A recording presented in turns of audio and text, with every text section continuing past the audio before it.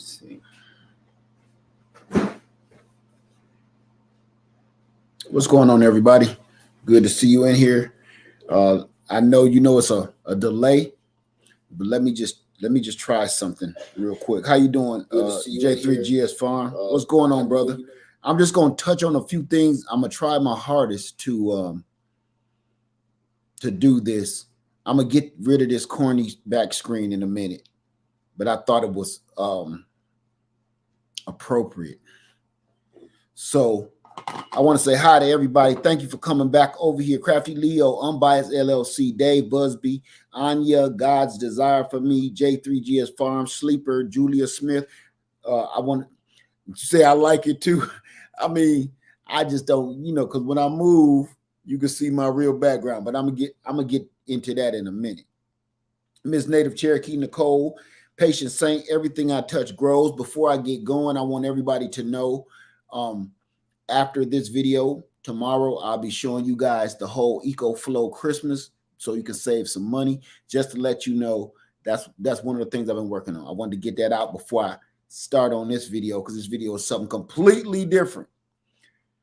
On the other channel, LeadTech 73, for everybody that didn't go and, well, they're not aware of my other channel, LeadTech 73. We were just over there talking about, at the end of that video, we were talking about a little bit of everything. But at the end of that video, we was talking about land prices. Don't ask me why we was talking about land prices on a tech channel. So, Von Will, how you doing? Vincent, Latoya, how you doing? Donnell, what's going on? Sherry, and I can't pronounce that name. Brenda King, Dave Busby, TLC in the Garden. Pieces of April, how you doing, little sister? Good to see you in here. Carla Patterson.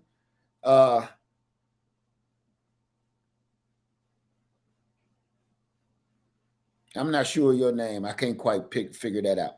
Vincent in Tampa's Creek Homestead. TLC in the Garden. What's going on, y'all? Thank you for coming in here and showing up and showing out. I don't know why the chat ain't even doing nothing on the chat ain't even moving on. Oh, there we go. Huh, that's why, you big dummy. That go to show you I don't do StreamYard very often. I want to say hey to everybody.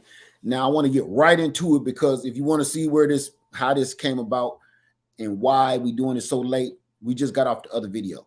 So go over there and check out what we was talking about. Just go to the end because the first part was just a nightmare. So everybody, how you doing, Soul Candace? The reason why we in here tonight is because I was talking on my other channel about the prices of land. The reason why the background is like this, the prices of land over the last, I'm going to say year. If you purchased land exactly 1 year ago, matter of fact, let's go ahead. Anybody purchase any land or a home in the past year, in 2023, even the end of 2022, anybody purchase a home or purchase land in the last year, the last good 365 days, anybody? Hey, Miss Shirley OG, how you doing? Hey, Bayou Sugar, I was listening to you today, my sister. Anybody? Ayana has? Okay. So, okay, Dustin, the reason I'm asking you this, even if you haven't purchased land or purchased a home, if you're in the market, I can't take this, y'all. This is driving me nuts. It might look good to y'all. I'm going to leave it there for a few more seconds, but I move too much for that screen. I can't just stay here like this. If you're looking for land, or even if you're thinking about it, if you're thinking about looking for land, the prices are going through the freaking roof. The prices are going through the roof. I was looking for land. Let me see.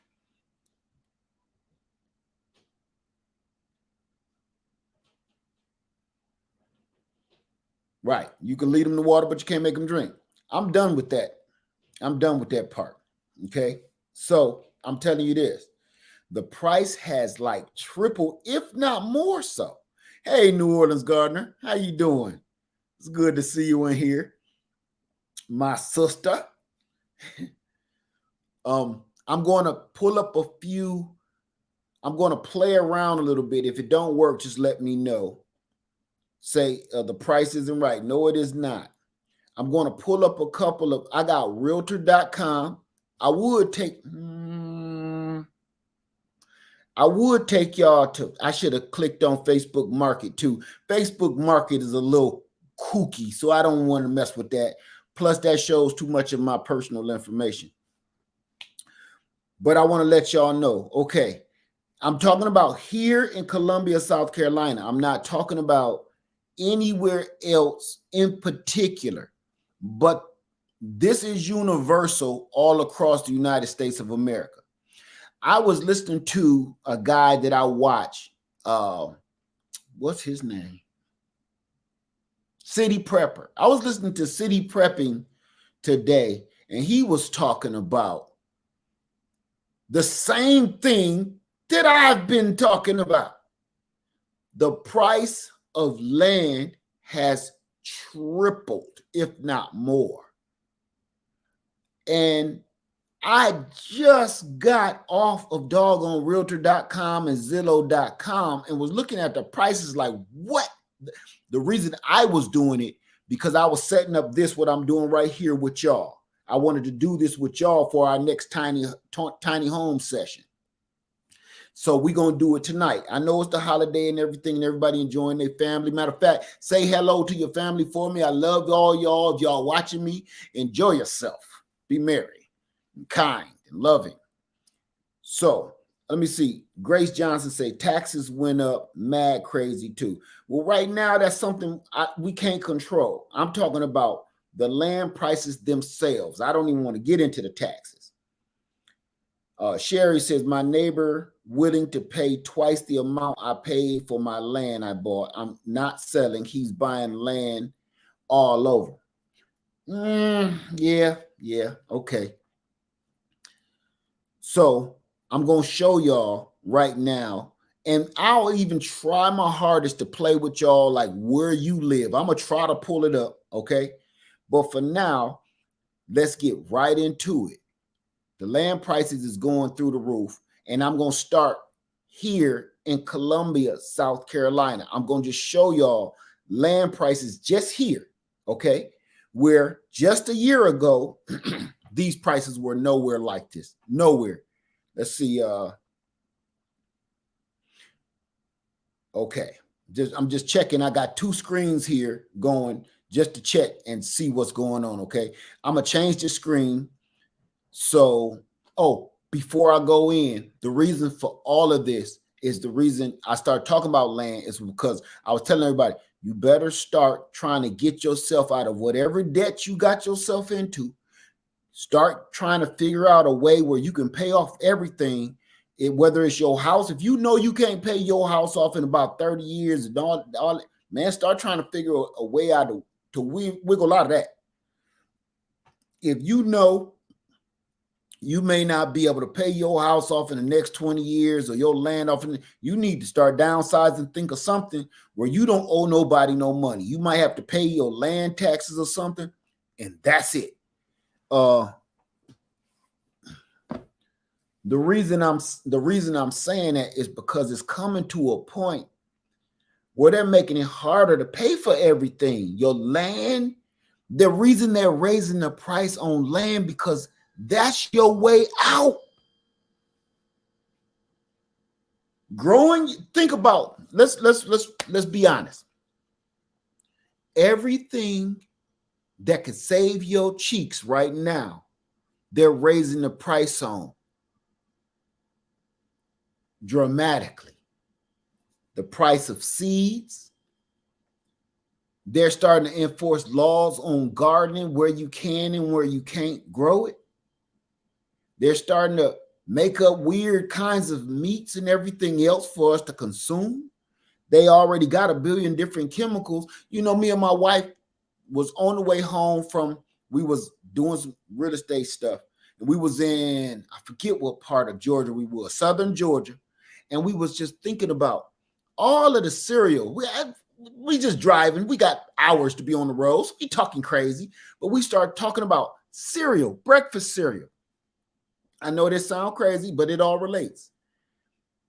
We started talking about cereal when we was kids, which ones we liked and which ones we didn't eat, which ones we did. We started talking about the textures of some of them, Fruity Pebbles and Sugar Smacks look like roaches. We started talking about all this stuff.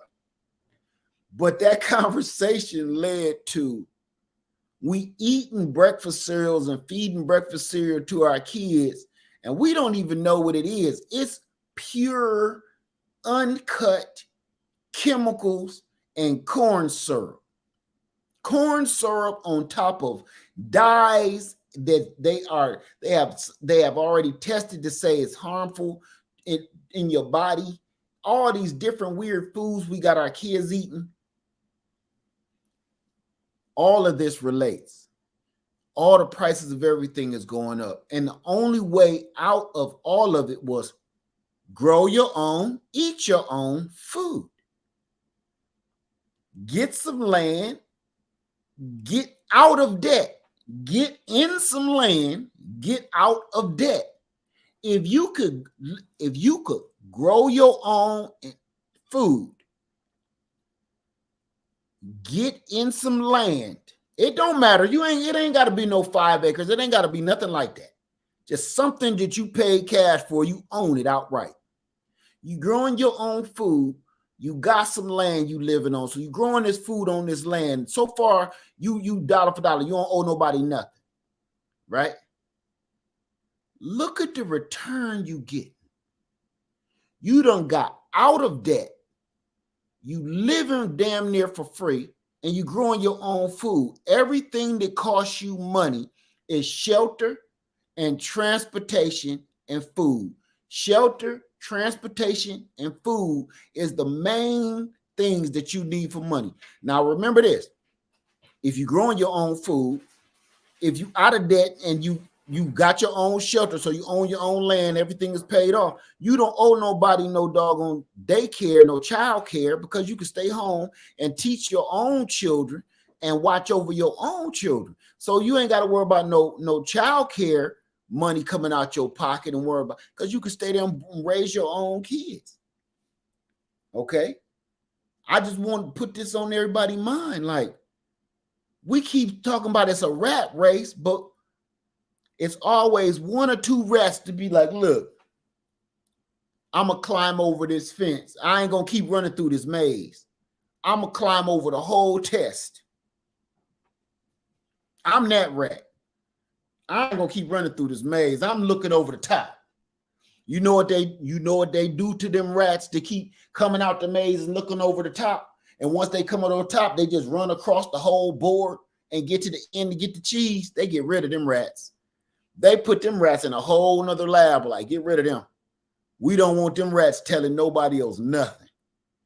Because the other rats going to start to follow their scent and start figuring out they don't got to do this maze.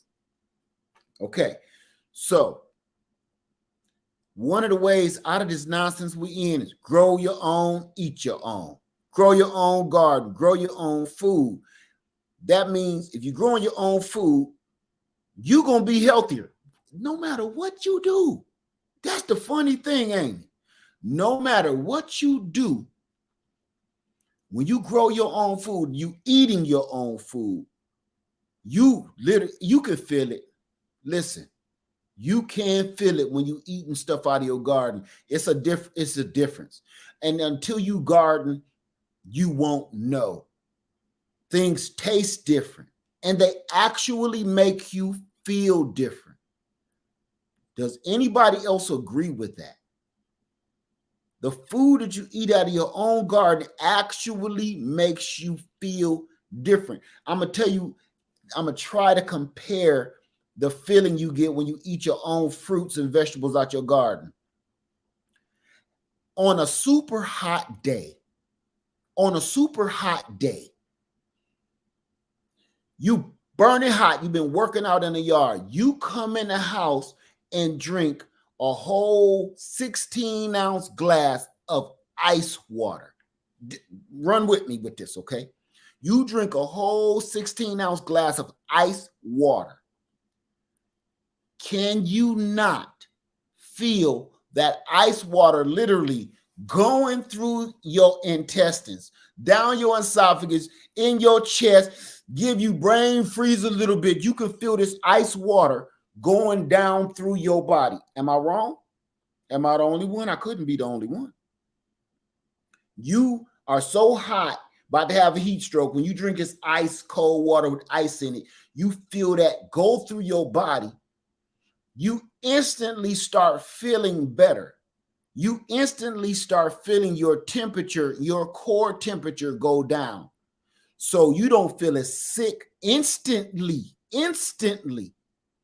You feel your core temperature dropping. You don't feel as dizzy or woozy. You sit down somewhere and you can literally feel yourself changing for the better when you come in from a hot day drinking that ice water, right? Let alone you drink something with some electrolytes in it. You literally feel this working in your body immediately. That's the exact same feeling when I grab these pears off this tree, and whatever nutrients they got in it, you can feel it changing you immediately.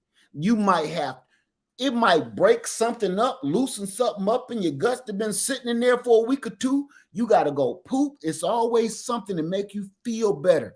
When I eat the fruits off my trees, whether it's persimmons, pears, apples, peaches, whatever it is, it gets that fiber, that real fiber, gets your system running where you go into the bathroom every 5 minutes. You're like, dang, I don't know what's wrong with me, but I feel better.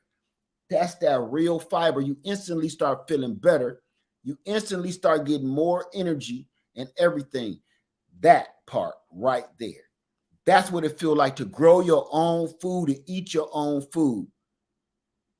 If you've never grown a garden, that's what it feels like to eat the food out of your backyard, period. Okay? I can't explain that no better or break that down no lower than that right there. If you've never done it before, that's as close as I can get to how it actually makes you feel. It doesn't mean you got to be in the best of health. I ain't in the best of health and the best of shape, but I know what real food makes me feel like when I eat it. It's almost like having a shot of liquor.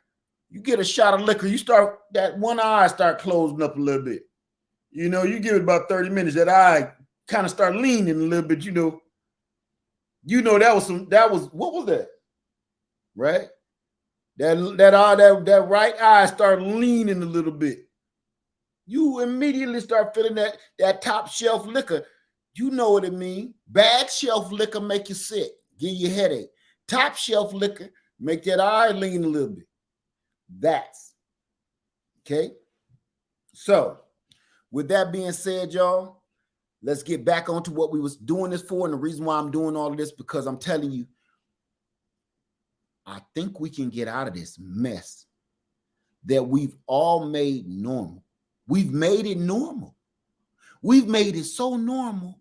If you see somebody living frugally, damn it, let's call it what it is, cheap as hell. If you see somebody bought some cheap shoes, some cheap clothes, you be like, they must be broke as hell.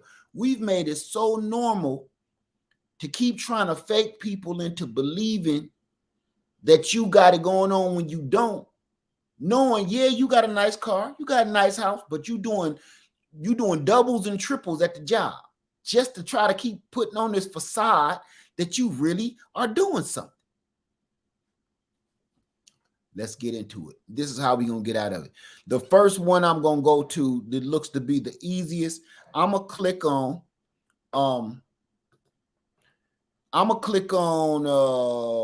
realtor.com, okay? So I'm going to try to let me get my screen together here. Hold on. Let me get back out of here. Hold on. I'm going to click on realtor.com. And the only reason I do this so I can keep track of what I'm doing. Now, I'm just going to click on. This is just something I pulled up a minute ago, okay? So let me see if it works. Yes, it does work. I'll be doggone. Okay. So I already clicked on land, and these are a few that I've pulled up. Can y'all see that okay? Let me see. My screen ain't moving. Hold on.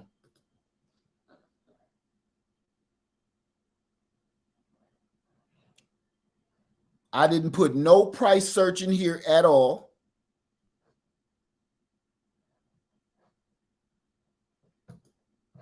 Hey, what's going on here?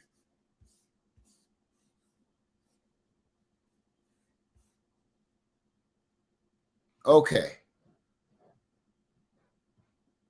Well, let's go over here and see if I can do some scrolling on here. There we go. Something wrong with realtor.com. I'll probably need to refresh that page. No, that might be it.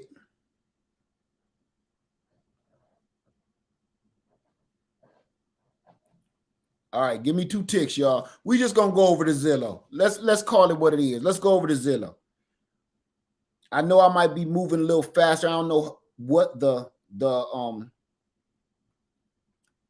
delay is over here, but I'm gonna just show you a few things that I just pulled up immediately. Okay, none of this is anywhere. I'm just an example. For 16 acres, I'm gonna click on this. For 16 acres, they asking for $120,000. Now this is Columbia, South Carolina. This is not anywhere in Florida or Texas. This is South Carolina. Wait a minute. So we stuck? Y'all stuck? All right, hold on. I'm glad I looked down at the screen. Hold on a minute. Hold on. Let me get out of here, okay?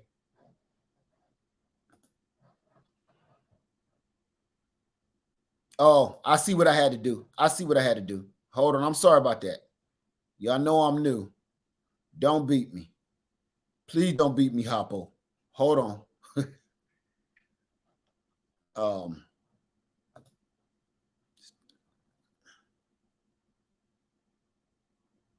Slides.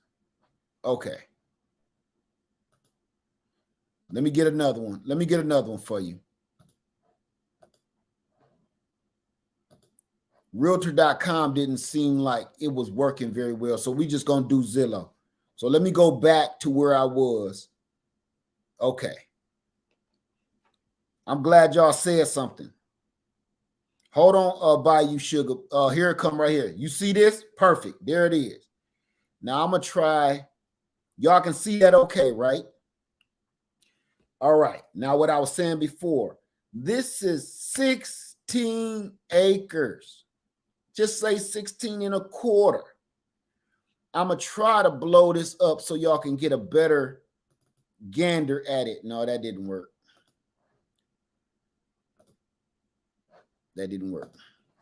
But this is 16 acres, and I want to say this is close to a route that I used to do, if I'm not mistaken. Yeah. I know where this is. This is close to one of the mail routes that I used to do. 16 acres for $120,000 in this area is ridiculous. It's ridiculous. I'm telling you, say, don't worry about it. No worries, Dave. Thanks, man. Let me see. 10,000 average for an acre. This we're in here talking about the prices of land going up right now. Okay. So I'm gonna give you another visual of the rest of this. Now, remember this too. It's not really in the middle of nowhere. This is a college. This land is literally in a college area. You see all these dorms? This is a school here. Yeah, I used to deliver over here. This is a school. So you're not in the middle of nowhere. And I did see right here was a railroad track. Let me go back. You see this main railroad track system, and it's a very busy railroad at that. So that can be off-putting. Plus, you live by this campus. That's off-putting. So this is not, with it being by a school, I can see why they want 120. But living by a college campus can also be a nuisance as well, because you're dealing with these young kids, and that can be problematic. It could be worth it if you plan on selling in the future, but for the most part, that kids, okay. I'm gonna get out of here because this isn't my main focus. My main focus is just messing around and showing y'all what the prices are with some of this stuff. You said, oh my God, the location is excellent. Okay. Let me stop this for a hot second here. Hold on a second. Okay, I'm gonna say this. Now, if you are a person that's looking for land and you don't want to be in the middle of nowhere, how many people want a piece of land? They don't want it in the middle of nowhere. You kind of want to be a nice distance from a hospital, fairly distant, just let's say 30 miles from a hospital, 30 miles from a grocery store. Do you want it like that? Or do you literally don't want to be around humans at all? Say what you want. Or do you want to be smack dab in the middle of the city again? You just want the land. Say what you want, because that helps me. Do you want to be right in the middle of the world? You just want the land because you do want to be around the people. You just want your own big plot of land. Or do you want to be in the middle of nowhere with nobody around for miles?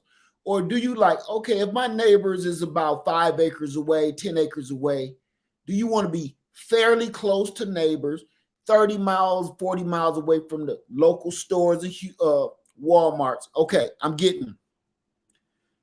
All right, 30 minutes away. Shadow says 30 minutes away. Let me click on this. Okay, 30 minutes away. Okay. Daphne says 30 minutes away from everything. Okay, let me see. No humans. Okay, Cherie says no humans. Okay, suburbs, but I only want 2 to 5 acres. TX Lala. Okay. Let me see. Land near conveniences. Okay. Okay. All right. 30 miles away from everything. Okay. 30 miles away from everything. Let me see. It's more 30 miles. Okay. Let me see. Grace says middle of nowhere, please. I need a gas station close. Okay, so that's, you kind of want some city life. See, this all counts. This is why I'm asking this question. Okay, Tiffany, I want to be an hour from the city. I would have to be a trip. It would have to be a trip, but a small trip. An hour away from the city. So that's, we're going to say that's the middle of nowhere. Okay. 5 miles away. I like people. Okay. Okay. 5 miles away or more. Okay. At least 50 miles away from any big city. That's the middle of nowhere. 50 miles. Okay. You talk about desert land, huh? Okay. 30 miles. Okay. All right. Middle of nowhere, Brenda King says. Bayou Sugar says far from neighbors, but 20 to 30 minutes away from a hospital and gas station. See, that's where I am. I'm like that. If they come up my driveway, okay. I want to be at least 30 to 60 minutes away from Costco. Okay. Cities and towns are not the same. I missed something. As I age, I need to be within 30 minutes of a good hospital. I'm with you on that. So he talk about the Ozarks. Yeah, I kind of figured it'd be something like that. The Ozarks, deserts, mountains, is going to be something like that. 30 miles away. Okay. And 10 miles from a small town. 30 minutes away from town. Okay. The reason I'm asking this question, y'all, is because each one of your criterias is something that you want when you're looking for land. You really want to pay attention to. You just don't want to just be out buying any kind of land. Me personally, I don't want my neighbors on top of me. I just don't. If my neighbors are an acre or 3 or 4 acres away from me, that's what I want. I don't want to be around nobody. I'm around enough. My neighbors are far enough away from me where you can shoot your gun and not hit people. And that's what I want. I hear them out shooting all the time. If I want to do my thing, whatever. I just want to be far enough away that I don't run into you every time I go to the mailbox. I don't want to see you. Not that I don't like people. I love people. I just want my privacy. You know? I don't want to have to get fully dressed to go check my mailbox. Okay. So that's part of your criteria. How far away do you want to be away from people and things? Somebody said, I don't know who it was, but as you age, you kind of want to reel it in a little bit. Like, how far away from this hospital are you? And another thing, how hard is it for an ambulance to even find you or the police to find you? If you smack dab in the middle of some woods, now I'm going to tell y'all what bothers me, and we're going to get back into looking at the land, is sometimes I wonder, like, if I did have an emergency,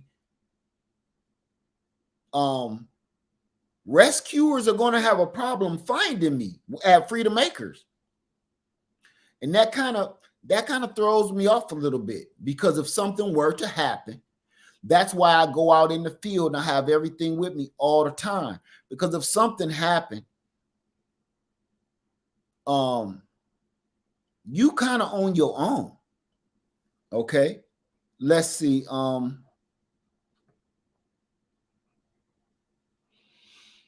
me get in here. Okay, JW said, if they can see that you are pulling. Okay. There's a possibility of growth within 5 years. 50 miles from a big city is the suburbs. Rural areas now have HOAs. Okay. So, okay, let me see. But I just want to be realistic. When people keep asking me for land and they're contacting my wife looking for land, I want to make sure y'all have realistic ideas about what you're looking for. I don't want you to watch a handful of YouTube videos and then have this fantasized idea, because I want y'all to understand YouTube is YouTube. People can make you see whatever they want you to see. Like I done told y'all, remember for a while I wasn't showing y'all them houses on my land, them beat up shacks. See, I could have just kept doing that. Y'all would have never knew no structure was on my land. To break it down and be realistic with you, there's pieces of my land that I will never show you. You understand? For certain reasons. But I don't want you to go off every YouTube video you see and think that's what you want, because some of it, we as content creators, we literally cannot show you everything. We can't. Okay, let's see here. Ice Queen says, I'm dealing with this decision now. I want to move away from neighbors, but close to conveniences and hospitals. Okay, I'm going to say this, Ice. So you just want the big plot of land, but you kind of want to live in the city. For me, the two kind of don't mix. My first land that's exactly how it was. The homestead I had before this house, smack dab in the middle of the city, but I was on 5 acres and I ain't have no neighbors. My neighbors was acres away from me, but I could literally walk to Costco. But I was in the middle of nowhere, but in the middle of everything all at the same time. I don't want to ever do that again. Because if the boot hit the poop and people start losing their freaking minds, I'm right there. You ain't gonna get away from that living in rural area, but it'll take some time before this nonsense dies down inside the major heart of the city. That's what I'm trying to get away from. Okay, I want to be far away from the chaos. Right now, during the holiday season, I know we not supposed to hate stuff. I know we not supposed to even say the word hate, but I ain't gonna lie. Lord forgive me. I hate going out in that traffic.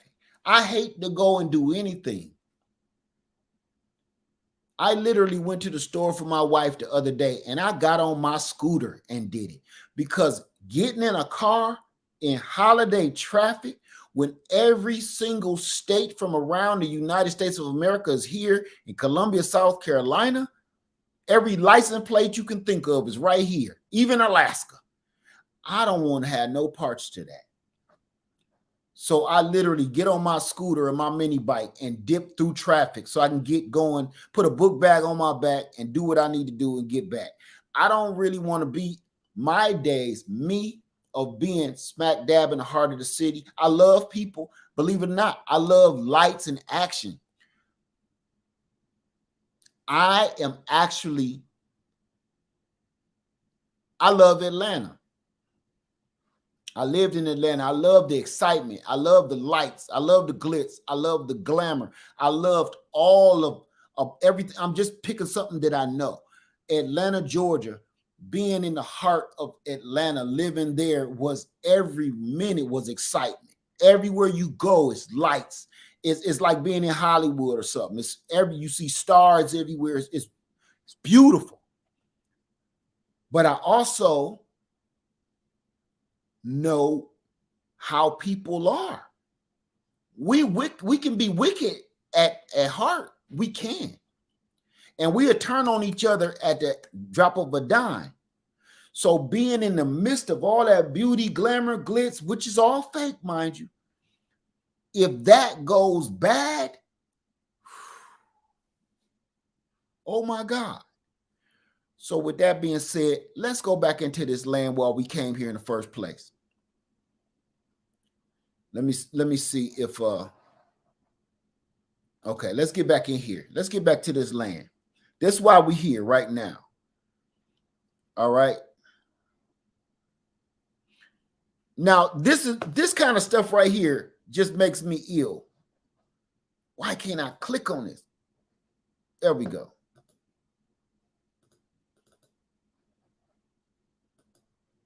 What's happening here?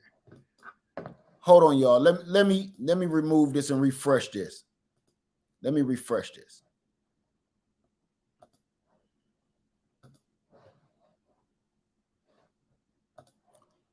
I didn't know you had to refresh it each and every time.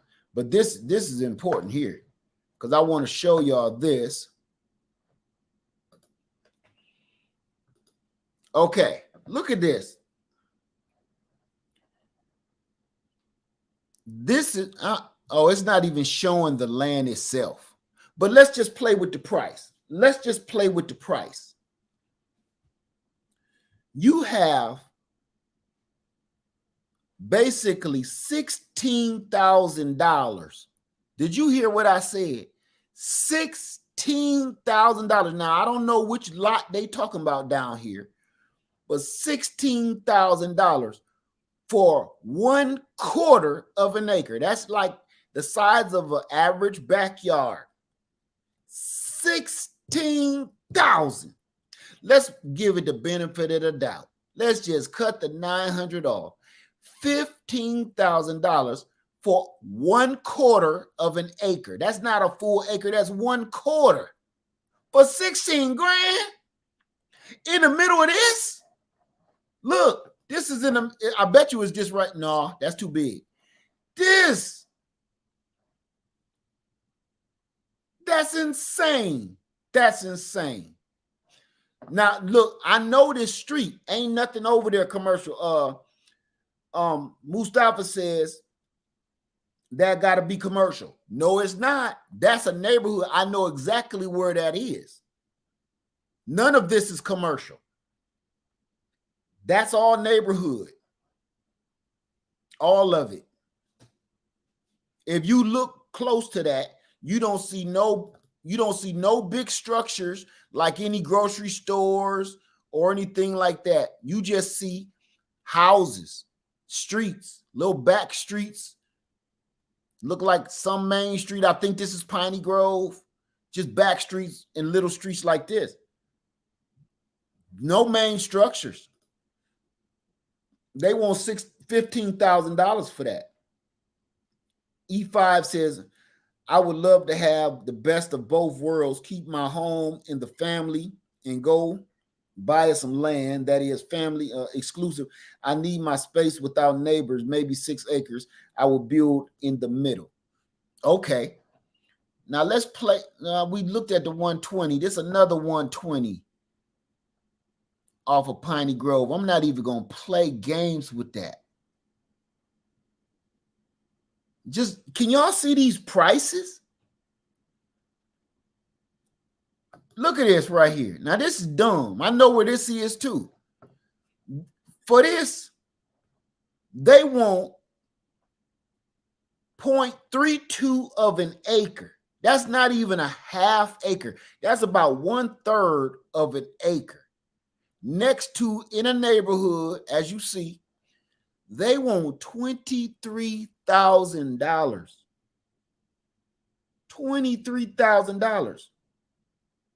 That's insanity. I could do this all day. But my point of all of this, let's try to get out in the rural areas. Look at this. I'm not even going to go out there. I don't even know what that's about. This make a little bit more sense. Look at this. This ain't going to show us anything. Get a street view on here. I tried. It don't work. But this is...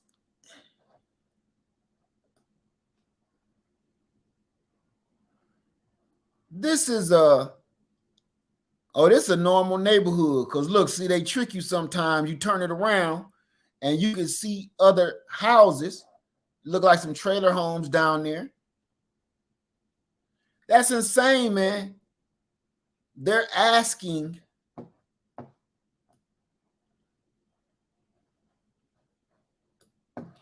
They are asking. What was the price on this? This is insane. They want $180,000 for 3.5 acres. 3.5 acres for $180,000 in a normal neighborhood with trailer homes in a neighborhood on a small road.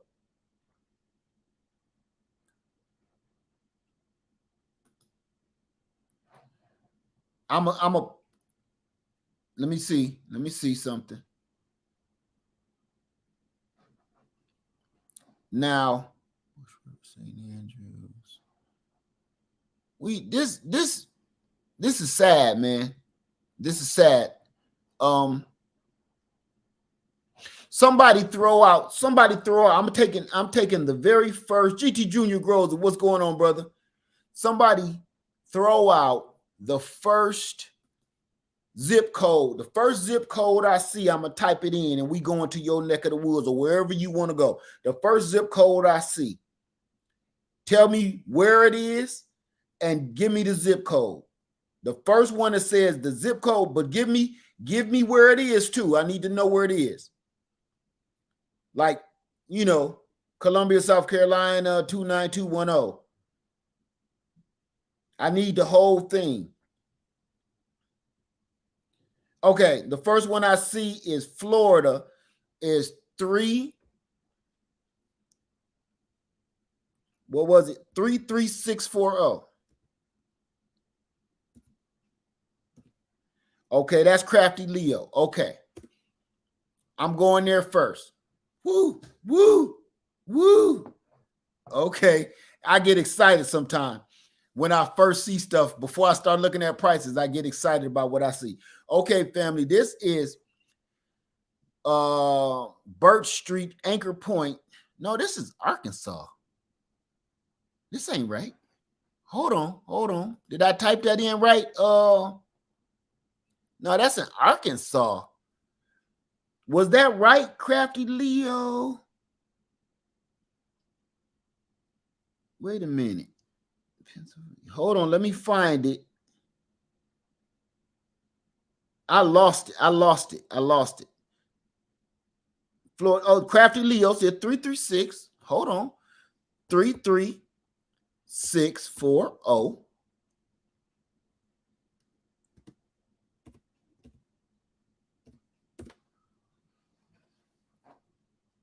That's a house. What? That ain't right. Hold on.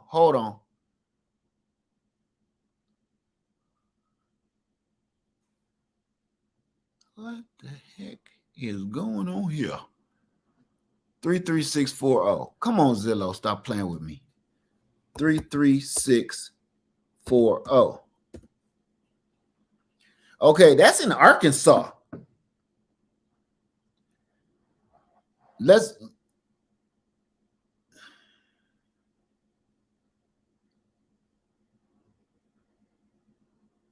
I don't know what this is about. Let's just get out of here because that's taking us somewhere strange. City zip neighborhood. Let me see. I'm just gonna pick one. Tyler, Texas.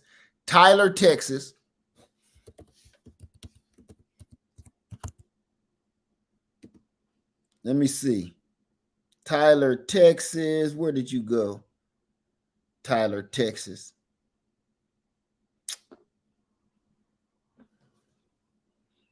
Hold on, I'm trying to find it. I gotta remember to keep my finger on there so it don't drift away.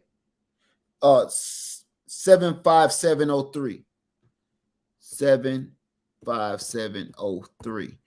All right, let's see what they're talking about. All right, now there we go. Oh, we got a lot of stuff. Tyler, Texas, y'all. This is Tyler, Texas. This is what you also got to do. Go to city, state to state to try to figure this out. You might not see nothing in your area where you live.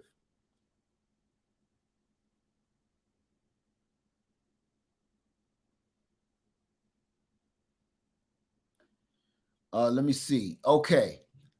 Here's this is the normal lot. Okay.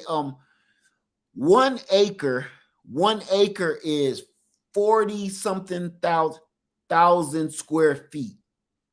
Computer, how many square feet is 1 acre?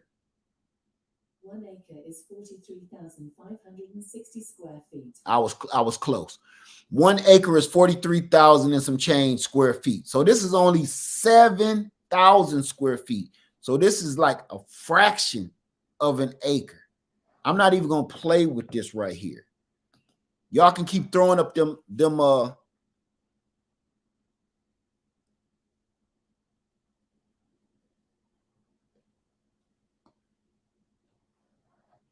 okay.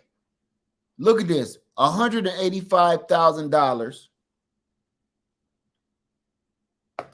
Well, y'all still can't see what I'm seeing. $185,000 for half an acre. And that's in a neighborhood off of a cul-de-sac. Let's get back. Let's get out of here because I think we know where we're going with this. Here's one. Here's one. It's even worth seeing. 2.3, a little over 2 acres. Okay, we're gonna click through this. A little over 2 acres, but they wanted, what did they want? 85,000 for it. A little over 2 acres. Now this is in Texas. Oh, this is in a neighborhood too. This is a normal, like, corner lot. That's what it looked like. Yeah, some houses back there and everything. This is like a normal corner lot because see where it's coming to 2 intersections right here? And they want 85,000 for that. That's crazy. That is insane. I ain't don't need me to keep on looking at that. Now, this is what I want y'all to do. I'm going to get out of here for a second, okay?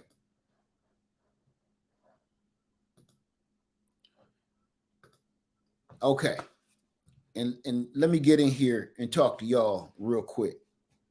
Now, we haven't even scraped the surface of what I'm trying to show you, that plus my horrible navigation. Please excuse me for that. But do y'all see what I'm talking about? I want you to do this. Let me see if realtor.com. Realtor.com is always better for me. I just couldn't figure it out. Let's see if I can figure it out now, real quick.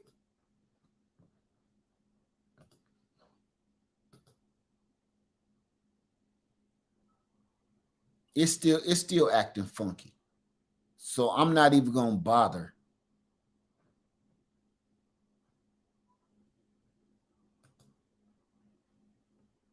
Yeah, let me get out of here because that's still acting funky. Okay. Anyway. Okay, E5, let me see where you at. Okay, E5. You say let me get rid of this too. That's driving me bananas.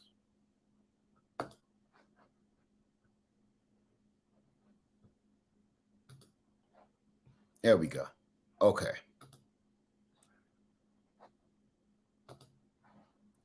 Okay, you say I just pulled up 50.96 acres of farmland in Goose Creek, Wayne County, Georgia, outside of Jessup, Georgia, for $311,000.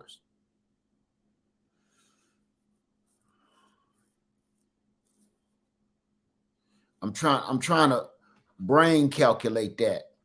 50.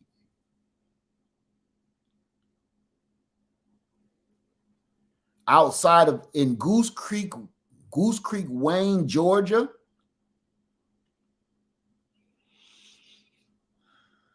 Okay. I don't know what to say about that. 300,000 is a lot for 50,000 for 50 acres to me.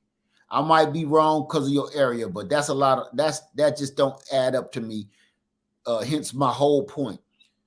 Did you hear that Zillow is buying up all the starter homes? No, I don't want to start no, I don't know nothing about that.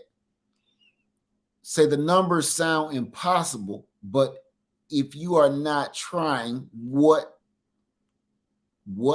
can you expect? Oh, you probably talking to somebody saying it sounds impossible. I believe that. In Wisconsin, you can get a house on 20 acres for $330,000. In Wisconsin,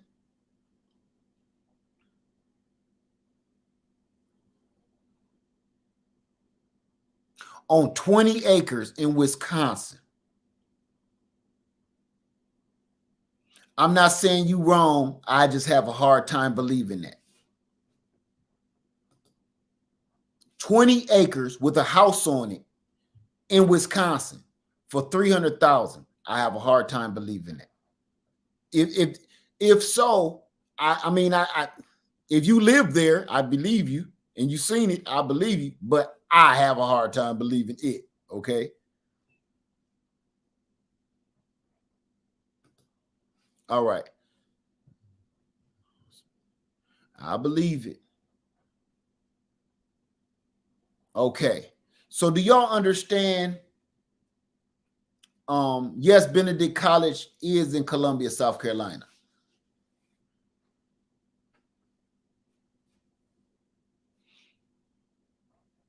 Let me see. What is that? 70,000 for 3 acres in Jay, Florida. Now that's believable from what the stuff I've been seeing, the research I've been doing. That's believable, especially in Florida, all parts of Florida, actually.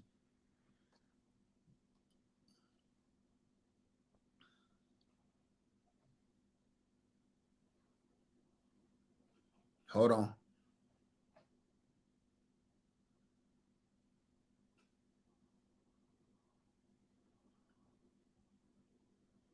Hey, Tasha, how you doing? Let's see. Best to look for personal property instead of real property. Real? Unless your money loan. I'm not sure what that meant.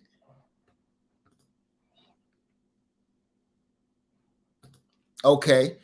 One virtuous woman says 5 acres for 84.9 in Berry Creek, California. I'm set. No sales in here, please. Don't do that. Take that off of there for me, would you? Matter of fact, I'll do it. If you're selling land in here, don't do that. Don't put that you're selling anything in here. The reason why is because you can't do that on YouTube, okay?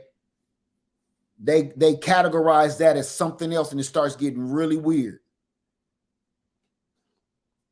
That's okay. That's okay. But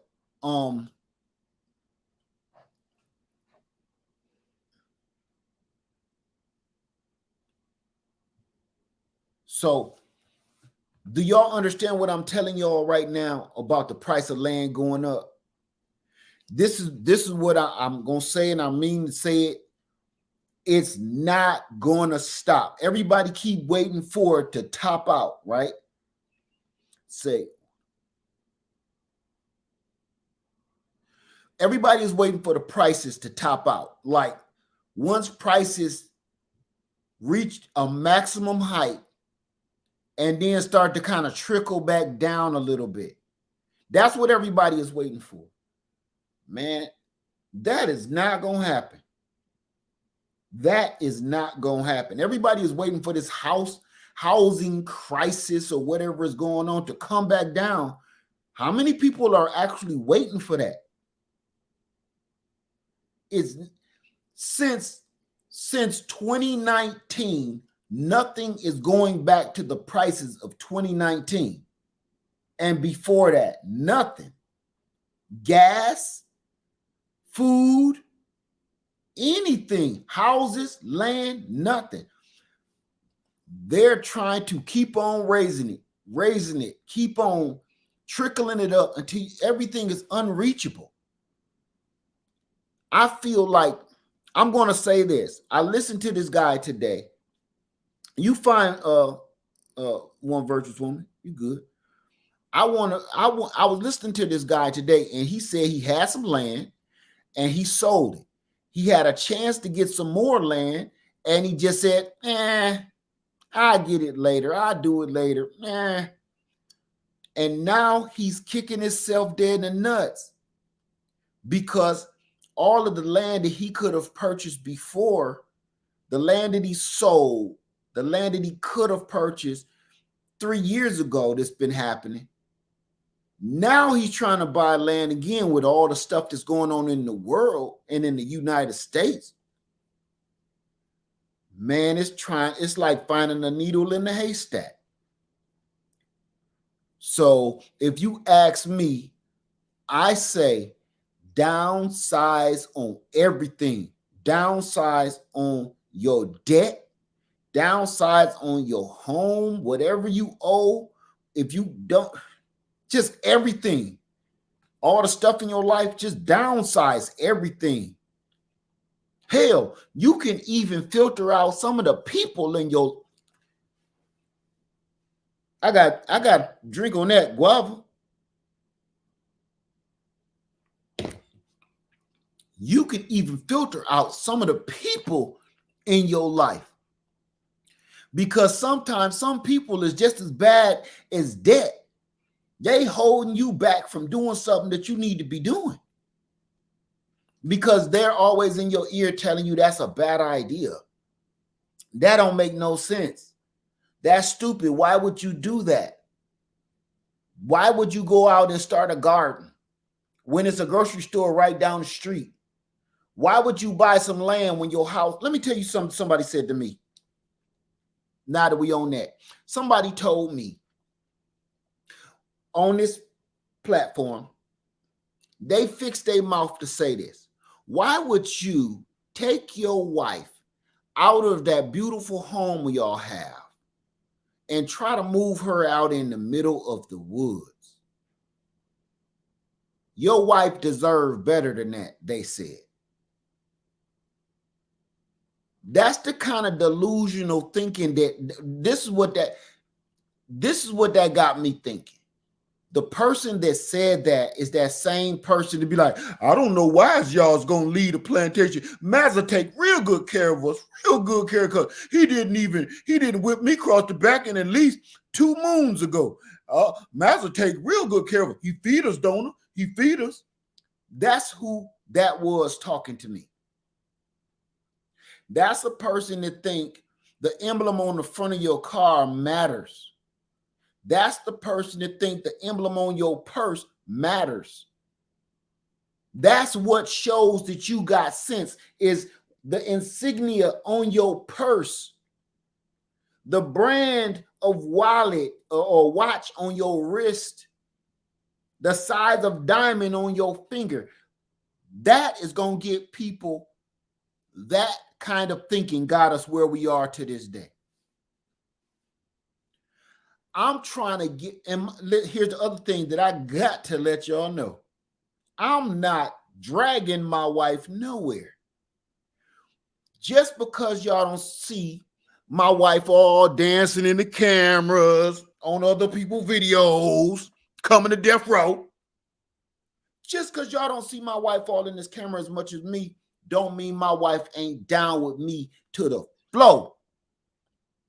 My wife do just as much of this doggone homesteading stuff as I do. She just don't do it on this camera.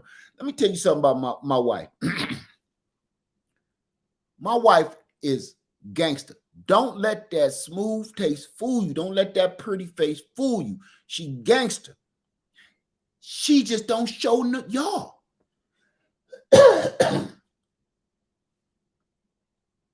So the person that told me I'm dragging my wife out into the middle of the woods, living like a caveman and stuff, they don't even realize my wife already be out there with me. She just don't want to be on this damn camera every 5 seconds.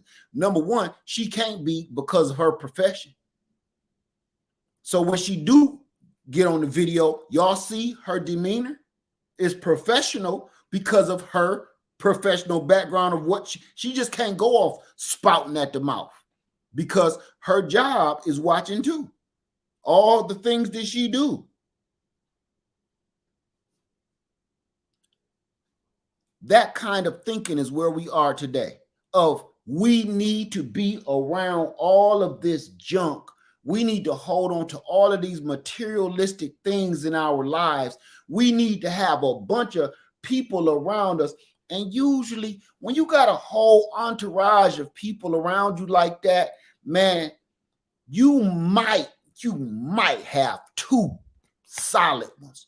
The rest of these got a knife behind their back, waiting for you to turn your head. I don't need a whole bunch of people. I don't need to be in a big entourage of people in the middle of the city making a whole bunch of noise to justify nothing I do. I don't need to show that to solidify that I'm a good person or I'm an upstanding citizen. I don't need that. Matter of fact, I love people. I do.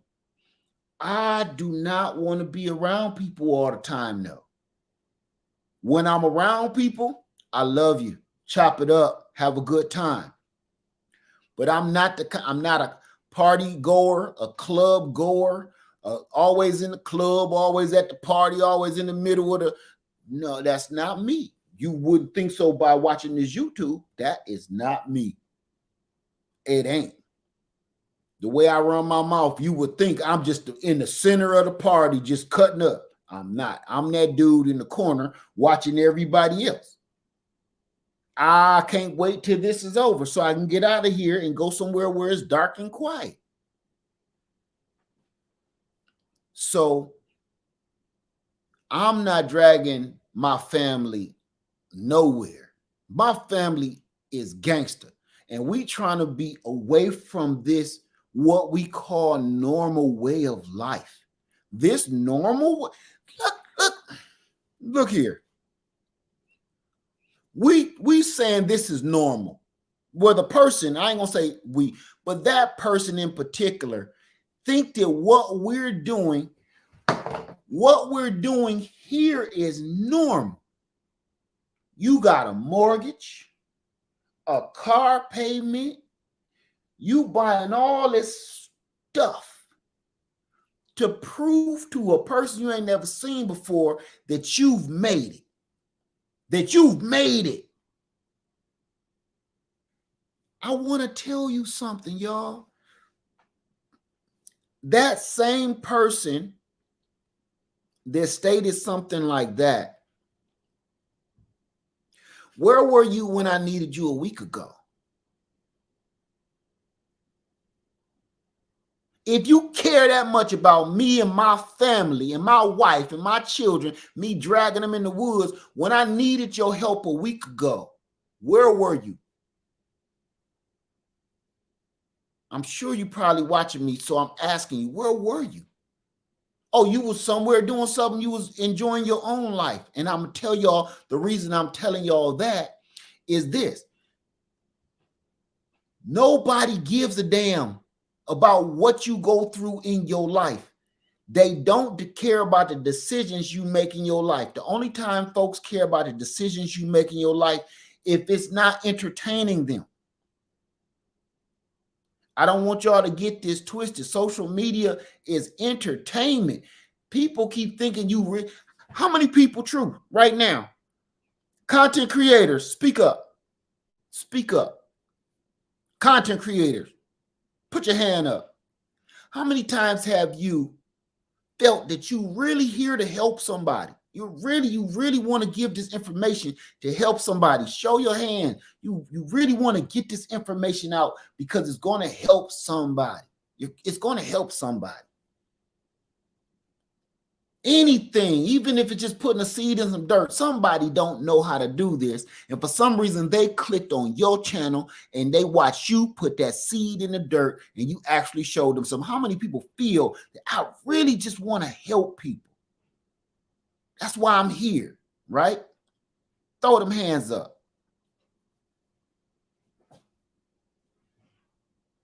Well, don't it feel funny when you get a whole bunch of crazy questions, whole bunch of crazy comments, and somebody asks you something that you ain't even talking about, somebody talking something else nonsense, some people you got to wish to the cornfield because they just out of bounds all the way.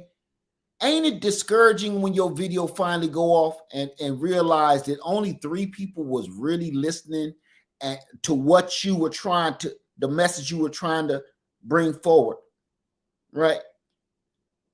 I need you to understand this. I'm telling you, this gonna make you a better content creator. 90% of what you're doing is for entertainment purposes only. You got one handful of good people that really need your help. You got one good handful of folks that really need your help. They really need your advice. They really do need to hear that what you got to say. But 80 to 90% of that people is just bored and they at work scrolling like this.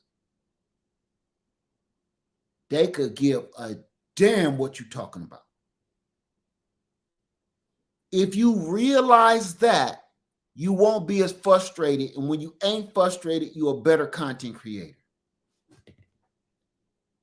That's me. I take my head out of that. Because if you think on it too long, you're gonna get frustrated and you're gonna quit. You're gonna stop. You get comments sometimes. We're all strong people. All of y'all, all of us are strong people here, right? You're a strong content creator. You got a strong personality. Because if you didn't, you wouldn't be on YouTube. This takes some fucking balls. Excuse my language. Just take some freaking balls to do this.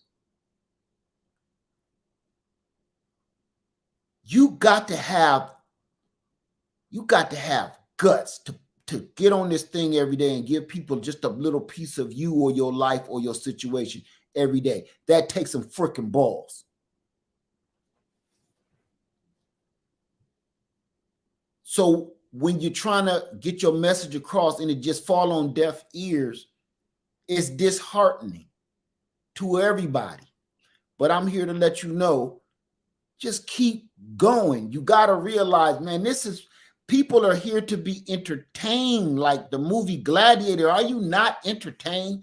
People are here to just hear another voice. They're just here to listen. Everything on TV is so garbage.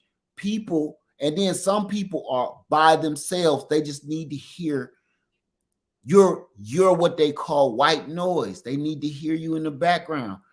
Some people get mad at me for doing a 4-hour video. Some people need to hear me for 4 hours because I'm just their background noise while they're in the garden, while they're cleaning their houses. They're not even really listening to what I'm saying or what I'm doing or showing. I'm background noise, and it's just the truth. And once you realize that, you'll feel much better and it'll give you more confidence to get back in the game and put your content out. Let yourself be the white noise in the background for people. But for the most part, the handful of people that need you, put your information out and you talk to those 5 people like you talking to 50,000 people. Because those 5 people going to spread it to 5 more each. And so on and so forth. Don't worry about the masses. Don't even be ashamed of being white noise. I'm not ashamed of being somebody's background house noise. I just don't. I got pictures of people saying I'm in the background on their TV. They ain't paying me no attention.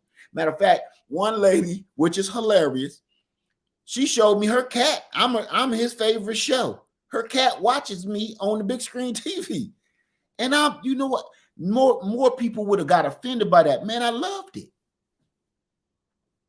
And keep your cat entertained. You know how hard it takes to keep a cat's attention? I loved it.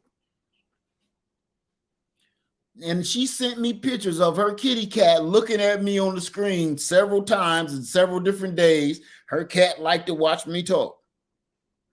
Who knew? Her cat, her literal house cat, watches me. It's hilarious.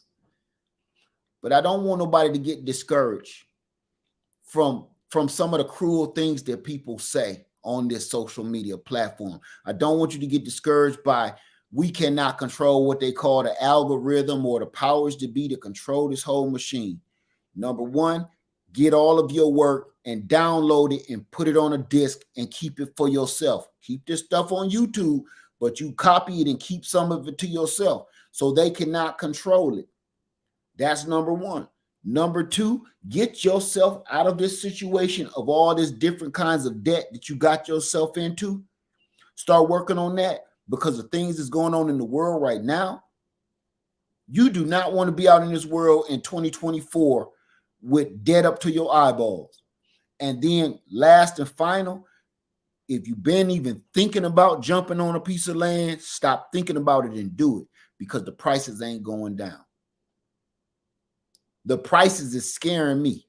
The prices are never going back down to what we thought was normal. It ain't going back to 2018 prices because they're starting to realize, I'm going to tell you why the house prices is going up, because Everybody's getting put out of their homes. If you get put out of your home, where are you going? People starting to figure out, hey, I can go get a yurt. I can go get one of them tents Led got. I can go get me a tiny home, go buy me 5 acres off in the cut, and I don't owe nobody nothing. Go grab me a couple of these EcoFlow solar generators, some solar panels. Shh, man, catch some rainwater. What? Once everybody start figuring that out, like for real, that it's possible and doable, I'm still going to let y'all talk to my daughter.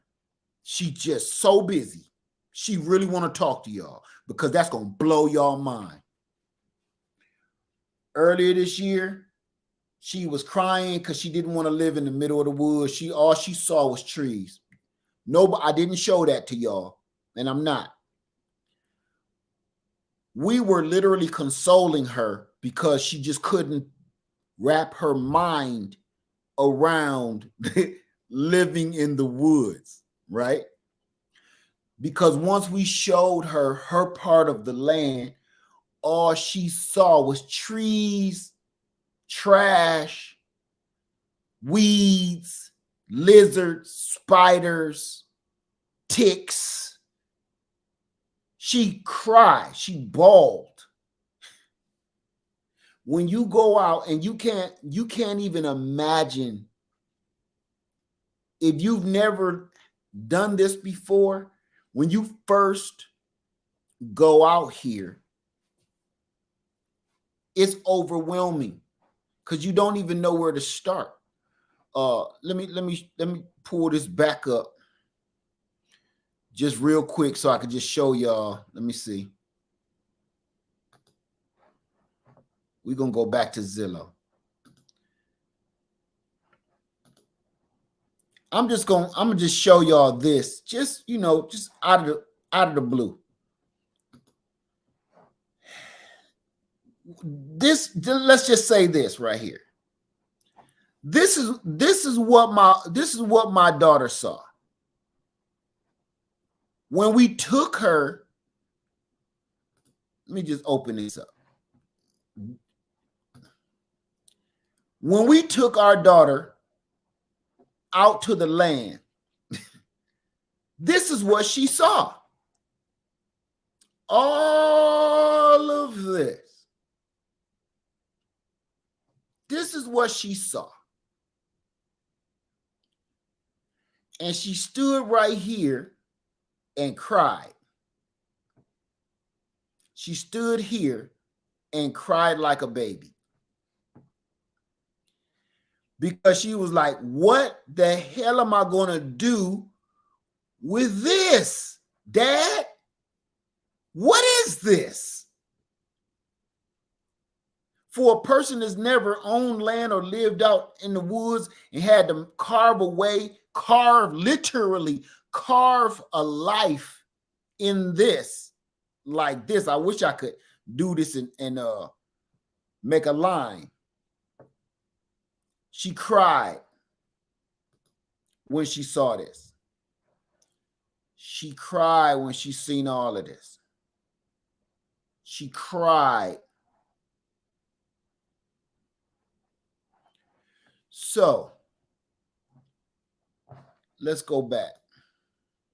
Imagine somebody told you you need to get rid of your apartment and all you got now, you could live free, but you got to live in this right here. I'm going to say she about right here. She right here. She's about right here. Where my little, you can see the little hand thing right here. This is where she at. If they told y'all that you could live for free, but you had to live right here, right in the middle here, would you do it?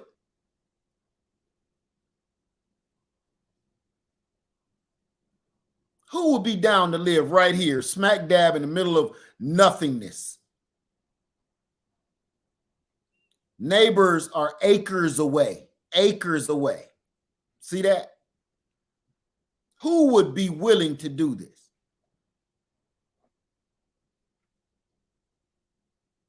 Thank you, Messy Homesteader. Say I'm downsizing my super chat and I'm upsizing my hustle skills so I can build up my future homestead. Thank you, Messy Homesteader. Thank you. Okay. Now, thank you, my sister. The reason I'm doing this is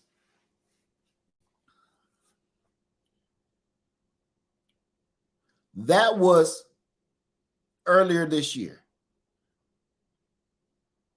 You should see her now. At first, she was calling me every 5 minutes. Both of them, her and her fiance, calling me every 5 minutes. What do we do when this happened? What do we do when that happened? What do we do? How do we get this? How do we keep the water? How do we start the fire? I was living out there with them, and they are literally acres away from me. And every 5 minutes, they knocking on my door, like, yeah, we got a problem. And I'm like, So I gotta sit there, and I sat there with them and showed them as much stuff as I possibly could.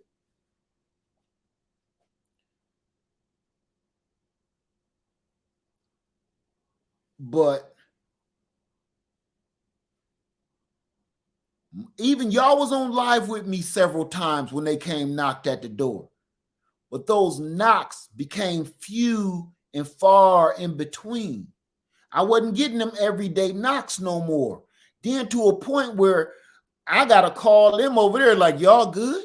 I need to make sure they're alive. Y'all all right? Y'all okay? Yeah, we was just asleep. Okay, y'all was just asleep. You know it's 30 degrees outside. Oh, for real? We ain't had no idea. That means to tell me they know how to calculate their fuel sources. They know how to get their solar panels out there to get the energy saved up. They know how to get their house heated up properly where they don't even know it's 30 degrees outside because they're in the house sleep, getting some sleep for work tomorrow. Imagine that. Nobody calling me about water. Nobody calling me about heat. Nobody calling me about fuel. Nobody telling me that they have dead. Nothing. I literally called my daughter today, and was just checking up on her because her birthday just passed, And I'm like, they ain't even calling or nothing. Let me make sure, I don't want this to be crime TV and have to, you know what I'm saying? No. They so cool. They don't even, they live in a normal life in the middle of the woods and ain't worried about nothing. So I'm telling y'all right now, it's overwhelming at first. Now, this is for a young lady and a young man that never lived like this before, off grid. They've never done this before. So trust and believe, my daughter was freaking out. I don't know if y'all got kids because she's extra. Y'all think I'm extra. She extra. Freaking out. But now look, gangster.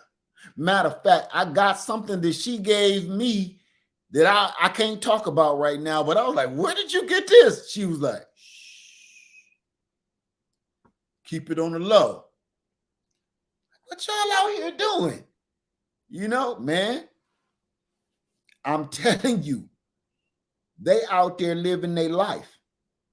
So now all of the income that they bring in from their jobs or odd jobs or whatever else they do is all income to fix on their land, to get everything they need. And everything they're doing is temporary right now. Then she's going to get upscale to a nicer home and everything. This is how this works. Everybody, this is not for entertainment. Everybody was mad because I was showing normal houses that I want to move my wife into. I'm not trying to live in a freaking shed for the rest of my years. That is temporary. But everybody watch too much doggone HGTV and think this is how I'm going to be living. Man, I'm 50. I'm going on 51. I'm not about to be. Look, when we come through the RV, we walking side to side like crabs, getting past each other. It's almost like you getting off an airplane. You ever get off an airplane? Oh, excuse me, pardon me, excuse me, my bad, sorry, my bad, excuse me. Oh, my bag hit you, my bad, sorry. Ooh. That's living in an RV. That's crazy, man. That's not realistic. That's for young people with nothing else to do and no children.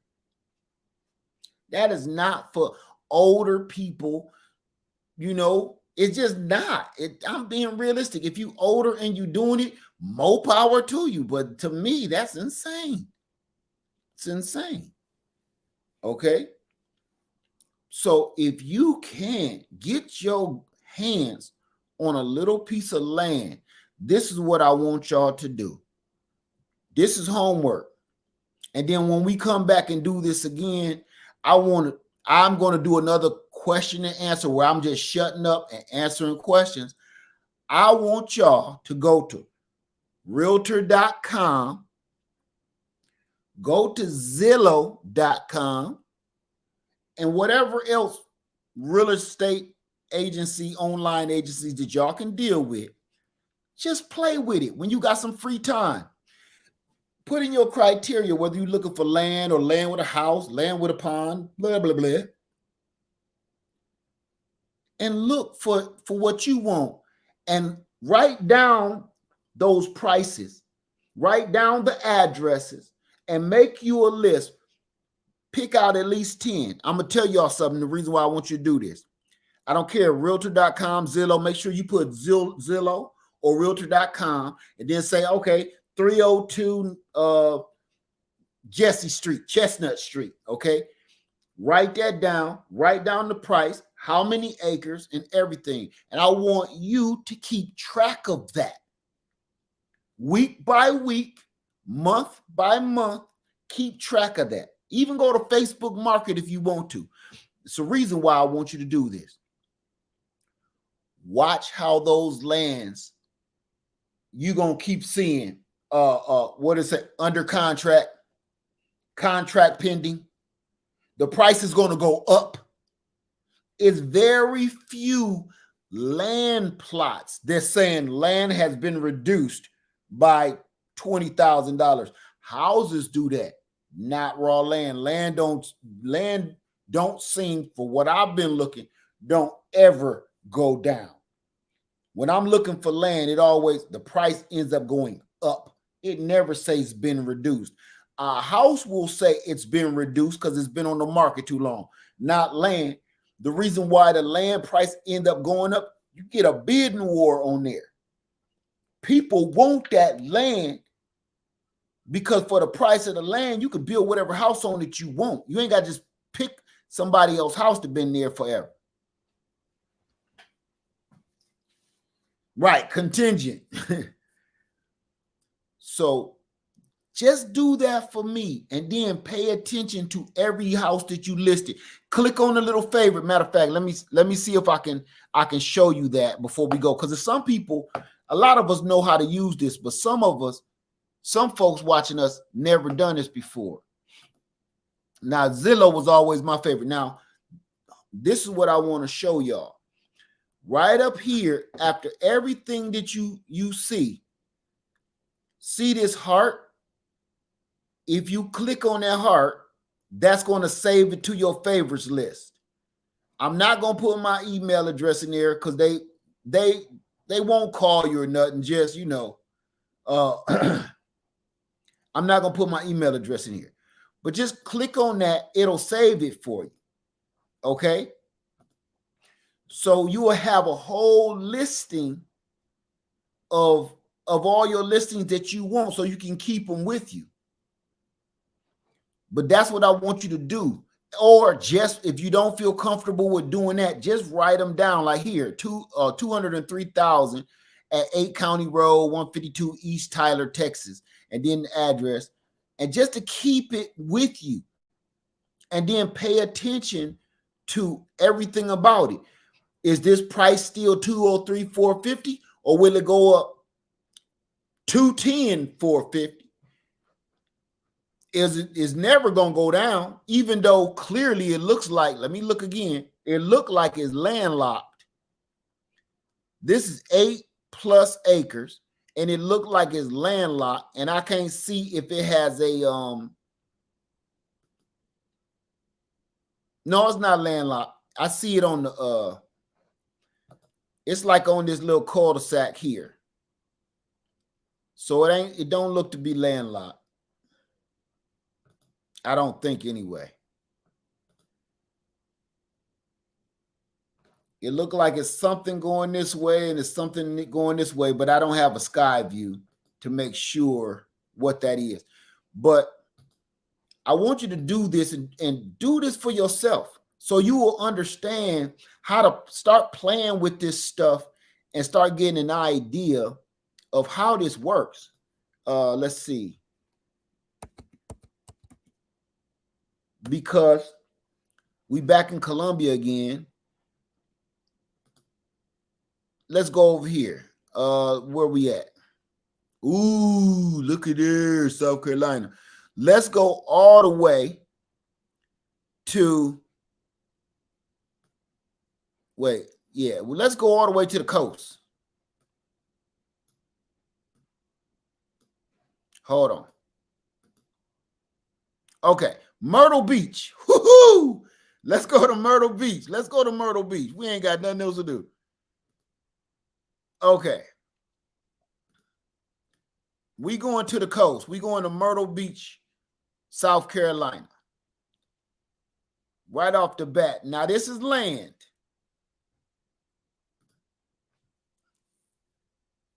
Yeah, okay, they talk about this, probably this right here. They keep showing this in between here, something. 1.5 acres for $189,000. Now, I know where this is in Myrtle Beach, South Carolina. That price is ridiculous in the first place. And it being Myrtle Beach, that's the only reason they giving you that price, because this is in Myrtle Beach. I ain't no way in piping hot hell you could get me to pay that. I don't care where it's at. So no for that. But let's come inland a little bit, and let's click on that one. Let's click on this guy. Oh, 1.5 million. Oh, well, okay. This is different though. Let's play with our emotions.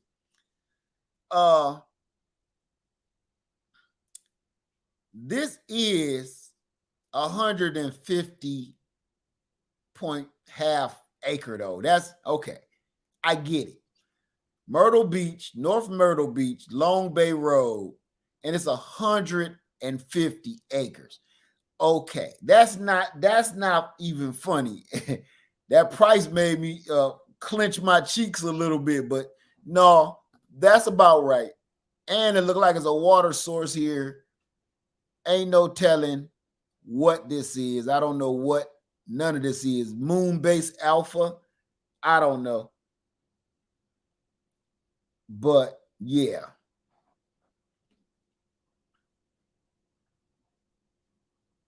Okay, let's get out of here because I could do this all day.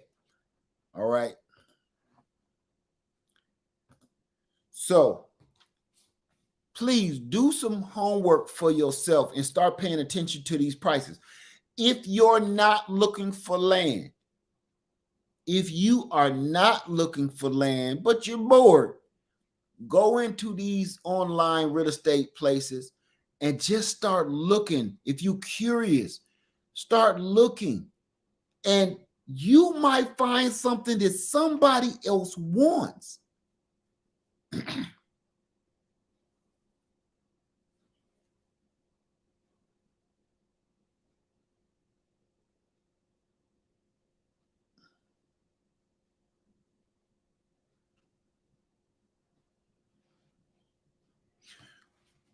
You might get something that somebody else wants.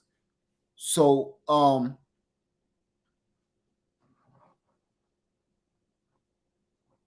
yeah.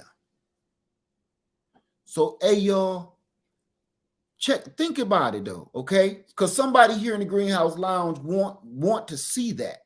And they might be curious, and you might say, hey, you like y'all was doing tonight. Hey, I found such and such acres over here in Texas, over here in North Carolina.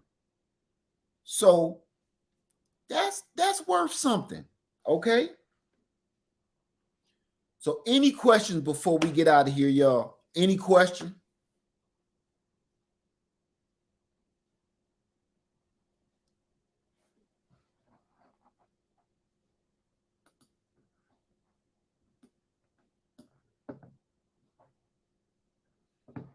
Let me see.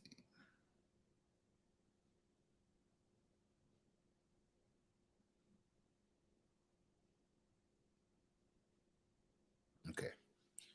Any questions whatsoever? Let's see. Sweet Thumb say, watch how fast some of this stuff sells. A lot of stuff sold in a few days. Some stuff sits there for months. The stuff that ends up sitting there for months, if you look a little deeper, you calling and asking, that real estate agent will tell you. If you ask, you got to ask, why ain't this moving? So they're not going to tell you. They do not have to disclose why it's not moving. So it's up to you to start asking questions. Like, why is this still on the market? And the agent is like, don't know. Was there a murder? Could be. You know, is this an Indian burial ground? Could be. Damn. Is this a flood zone? Probably.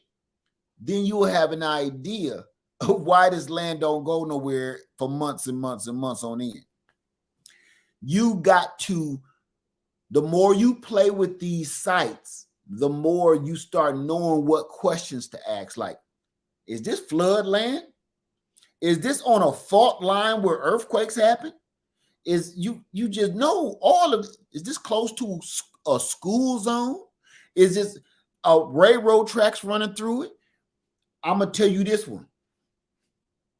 This one that people don't think about, but it's real kicking the nuts to me. When you go on looking for land, I have a pet peeve.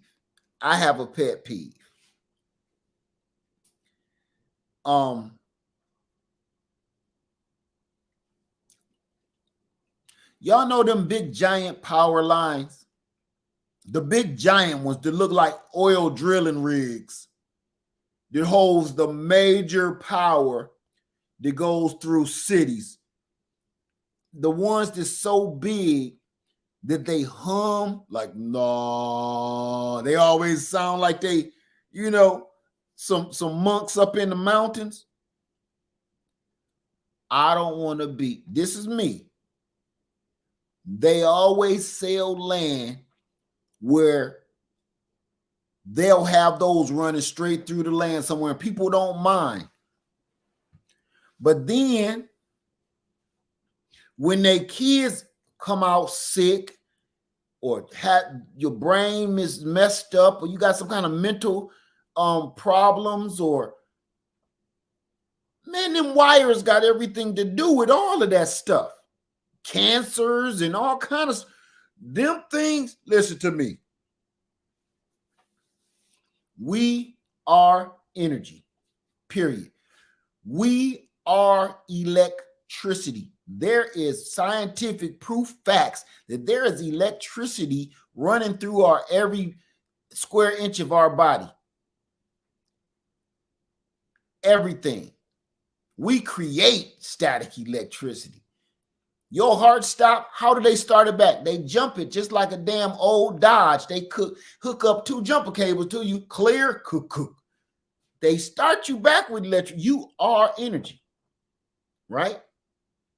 So if we understand that we are energy, it's what drives us. If you understand that, you understand what your cell phone does to you and harms you. You also need to understand if you mess around with a plug socketing with a wet finger, you know what's going to happen to you. And you should also know if you're standing under major power lines with enough voltage running through it that it could blow up like a bomb, and it's so much power running through these lines and these transistors that it actually has a physical audible hum. What do you think that does to your body? That throws your electrodes off, that makes you. If you're that close to them wires where you under one of those transformers or them power lines that hum like if you under them, your house is sitting right up under them. No. No way. No way. No way. I'm gonna tell you, there's a pet store that I was gonna go into. That's a whole nother video. I was going into this pet store. Oh, I could hear them dogs and stuff from inside. I was out in the parking lot. I could hear them in there going crazy for no reason. Ain't nobody in there or nothing. As I pull in the place, I go in the store and I'm looking around. All the dogs and stuff going nuts. Ain't nobody in there but me. When I leave, I had my trailer on my truck, so I had to come out the driveway different. So I had to go all the way down to the end of the driveway so I could turn my whole truck around to get out of there. Guess what? It's sitting under them humming transformer power lines, super power lines. I would have never known it, but I had to roll my window down so I could look back and look at my trailer when I was backing up, and I heard, what the hell is that? Looked at my radio, not my radio. I happened to see the pole that I'm about to run into, so I'm about to turn around at this pole. What is this pole? I look about the window, transformer lines humming like Boys to Men. I'm like, man, that's what's wrong with them dogs in there. I wouldn't purchase a pet out of that store for all the money in Texas. I wouldn't do it. Because them dogs is going nuts, man. Because dogs can hear stuff that we can't hear. They can smell stuff we can't smell, and they can taste stuff we can't taste. If that's annoying the hell out of me just for a few seconds, imagine what it's doing to that rescued pit bull inside the doggone pet store. Oh my God. Good Lord. That dog ain't gonna be good for nobody. They're gonna have to put all them animals to sleep. Because they was in there like, you ever seen a cockeyed dog? Them dogs was in there crazy as, let me stop. Them wires. When it comes to land, if this piece of land has any one of those anywhere close to me, I don't want to have nothing to do with it. I can deal with a lot of stuff. I can deal with train tracks. I can deal with trains. I can deal with, no, it's two things. I can't deal with them humming monk power wires, and I can't deal with them airports. Nope. NOAP. Nope. I can't deal with airports or Boys to Men power wires. Can't do it. Okay, let's get back in here. All right, and then we're gonna close out in a second. How far do you recommend from one of those? I don't want to even know they exist around nowhere. I don't want to be able to go nowhere and see that, nowhere where I lay my head. I don't want to be nowhere around that.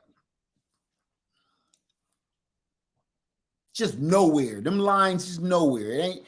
That's up to you. Me, I don't want to see them or know that they're nowhere in miles of me, period.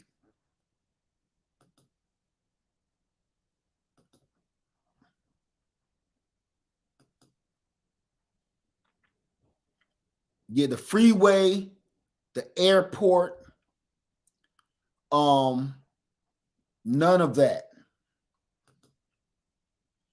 How you doing, G Jones and High Led? Have you and the wifey had a chance to watch the movie Leave It?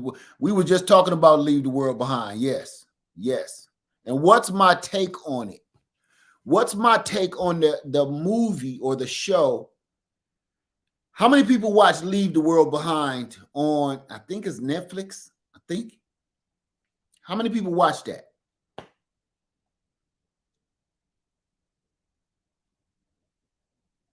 Show of hands. How many people watch the movie or the show, whatever it is? It ain't really a movie. I don't know what that was. It wasn't a movie. It wasn't a show. It was just kind of like just strange, like almost like a long YouTube video. Okay, it's on Netflix. Okay, for everybody that's watched Leave the World Behind on Netflix, it's showing now. If you don't want to hear the spoiler alerts, I'm not really going to tell anything. I'm just going to just give my take on it. So I ain't going to do no spoiler alert. I'm going to say this.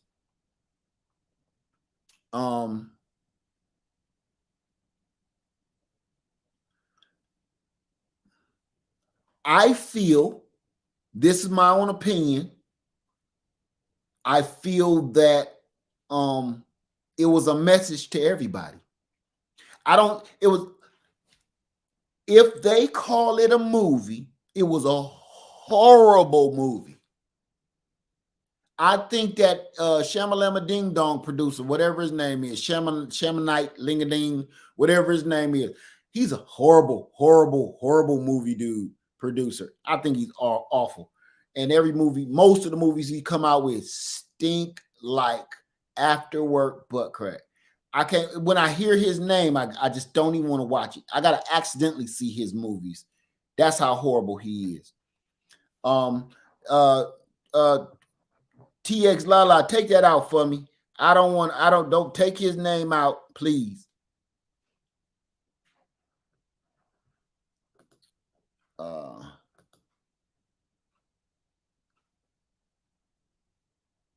Take his name out of there. I don't want to hear who produced it. Because I know who they just they're what is it called? Politicians. Just I don't care who produced it. It's horrible. The movie stink. To be honest with you, the movie stink. Shamalama, whatever his name is, Shamalite Night, whatever his name, Shamalama Ding Dong is what I call it. Shamalama Ding Dong, the dude that made I See Dead People, Signs, him. It's like he produced it. I don't care who produced it, but they took his style because it was lame. It was awful. The acting was awful. Everything was awful about it. But I'm going to tell you, there was one movie that Shamalama Ding Dong put out that reminded me of this movie. I don't know what the name of his movie was, but like the grass was coming to life, the earth was coming to life. Remember that? Shamalama Ding Dong made that movie. Like the trees and the plants was letting out toxins that was killing people, and the world was starting to get rid of the humans. It was the trees, it was the flowers, it was the grass, it was the wind, all of that. What movie was that?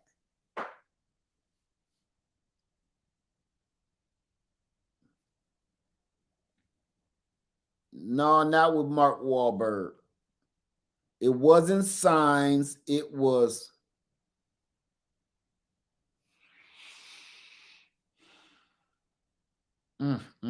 I can't think of it. But the movie was a message. The movie was awful. Not The Mist. Not The Mist. This was the actual word, The Happening. Thank you, Shadow Myths One. The movie was called The Happening. The Happening. If you watch that movie, the acting, the script, horrible, horrible. Have anybody watched my little short movie, The Sugar Cane Pimp? Anybody watched the Sugar Cane Pimp movie? Okay. The Sugar Cane Pimp movie that I made compared to any of those movies that Shamalama Ding Dong made, I deserve an Oscar. Because his was, you see how much the Sugar Cane Pimp ain't supposed to make no sense. My whole intention was when that Sugar Cane Pimp went off, I wanted everybody to look at each other like, what the hell was that? What was on lead mind? I achieved that. Shamalama Ding Dong really trying to win awards. I'm just trying to screw with your head, okay? That's what my intentions was. Now, the thing I had to say about the happening was the message. The earth is turning on us. We're getting sick from stuff that we don't even know. It's the environment starting to realize we're the problem. We're the ones killing the earth. So the earth is alive. So the earth is starting to let out its antibodies to kill its parasites. You know what I'm saying? The movie sucked. The message was excellent. Well, this movie, Leave the World Behind, is the same. The movie sucked. Acting sucked. The message is on point.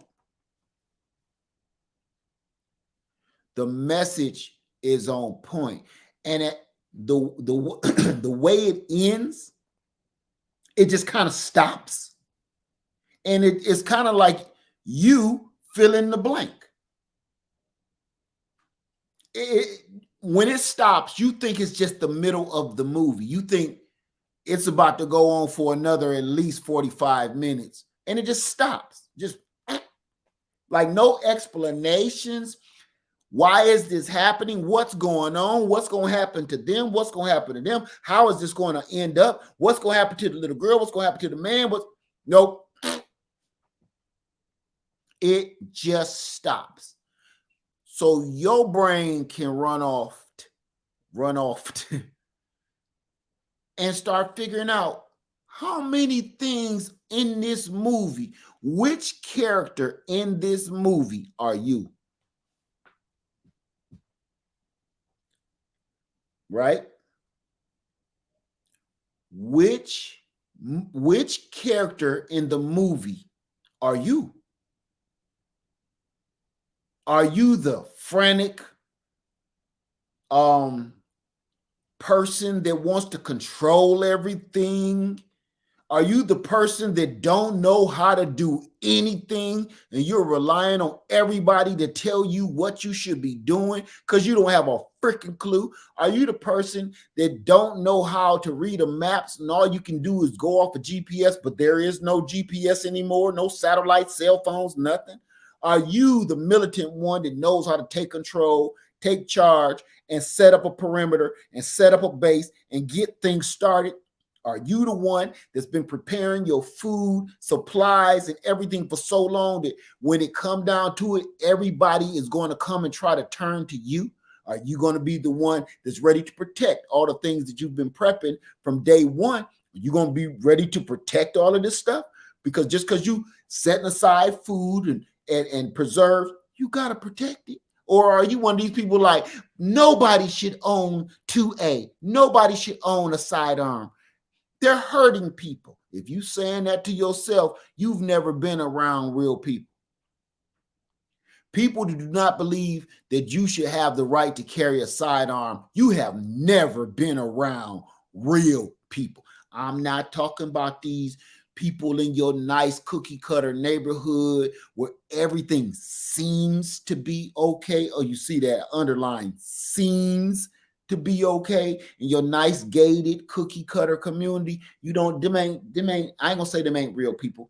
What I'm gonna say is that's not average across the board of America. If some stuff pop off,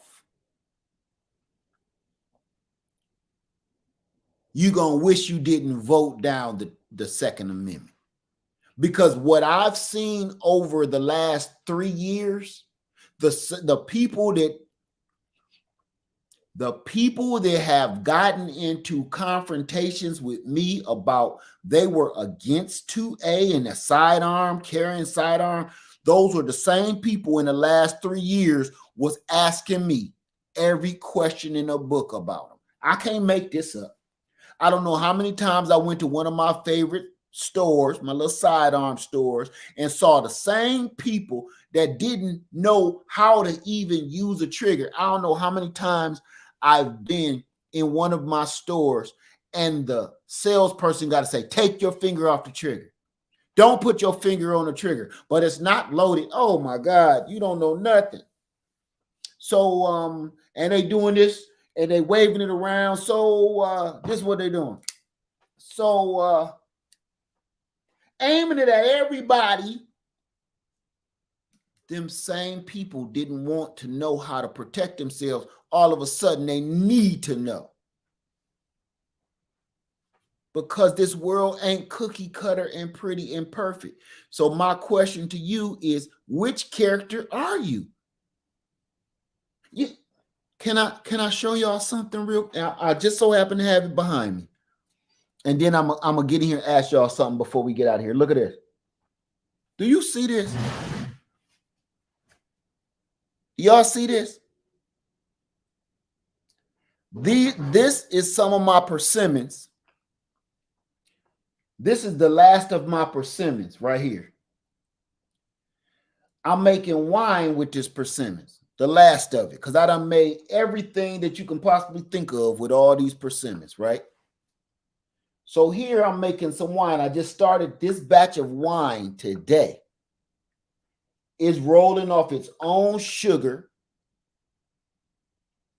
I didn't put no sugar in this because persimmons is so sweet that they're going to make their own wine. Okay. Now, how many people made vinegar with me? I've been making vinegar for a couple years now. How many people have made any vinegar with me? Anybody? Okay, so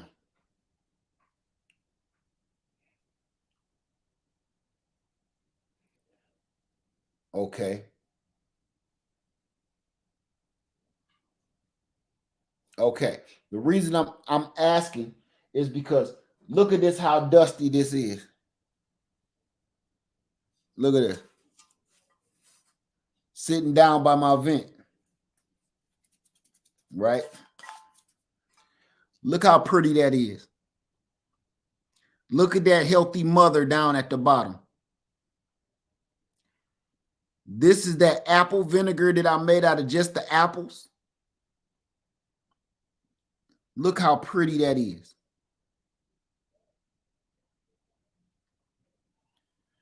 You talking about some good vinegar, some good apple cider vinegar with the mother at the bottom. Now, just to show you,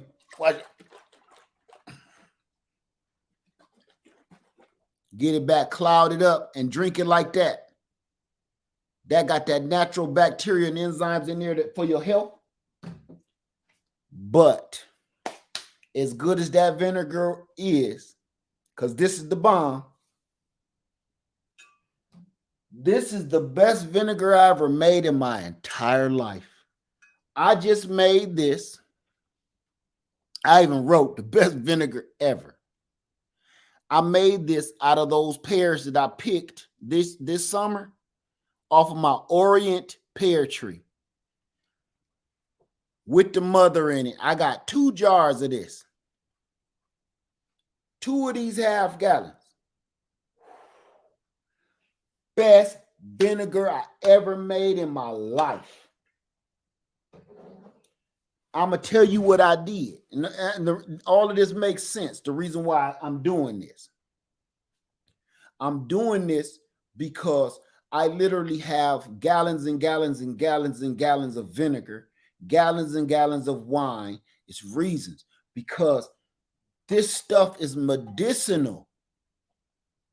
You can use this as all kind of different medicinal purposes, cleaning purposes. We got, man, I don't stop just because this camera go off. I got tons of this stuff.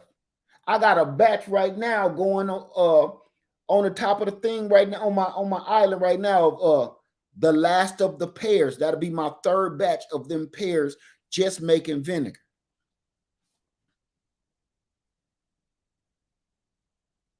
When you ain't doing nothing with this fruit, if your fruit about to go bad, don't throw that away. Look, if you don't even want to make wine, just put it in a jar. I'm going to tell y'all why this is the best vinegar I ever made. This pear vinegar is the best vinegar I ever made because I didn't do nothing to it.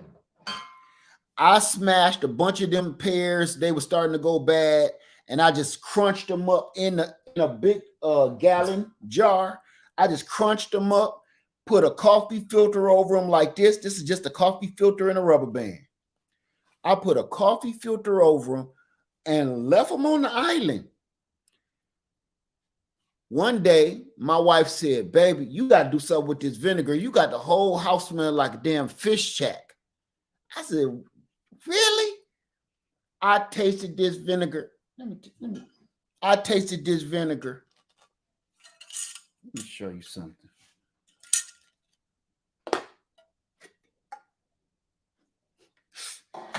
That's the kind it burns your nose. My mama love this.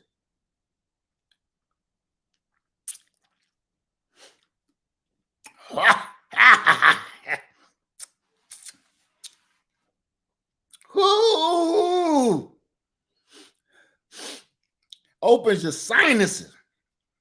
This is that vinegar. This is that stuff. They don't make this no more. This is that kind of vinegar I remember tasting as a kid when my mama poured some of that real vinegar, how they used to make it in the jar. Pour that vinegar on your fish and your hush puppies. This was that, where you can still taste the fruit. You can still taste the fruit in it, you know? And it's a real slight sweetness, but it's stinging. Oh, it tastes so good. Boy, if that don't clear you out, nothing will.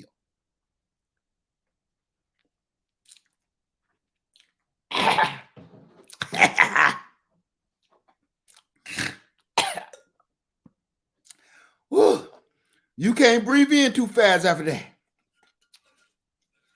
You can't. Let me tell you something. Best vinegar I ever made.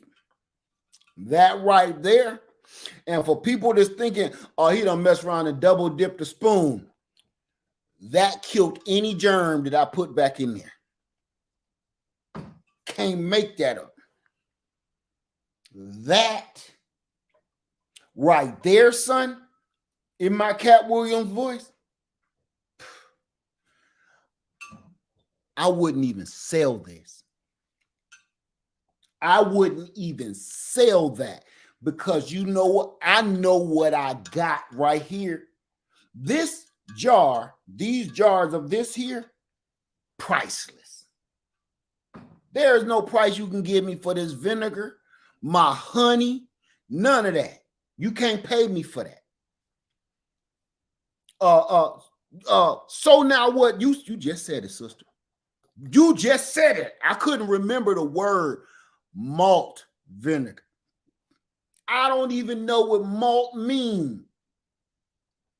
It's like malt, that rich, flavorful malt vinegar that they give you in them little packets or in a jar back in the day. They used to come in I don't know what the brand is with the mother's vinegar. The vinegar with the mother in it, it's a real expensive, and they want like $6 for that one little bottle. Shit. If they found out that I did this, or they coming to get me. They coming to get rid of me. They don't want me to tell y'all how to make this. Not this one. They don't mind so much about this one. This is really good. This is really good. This here is an everyday drinker.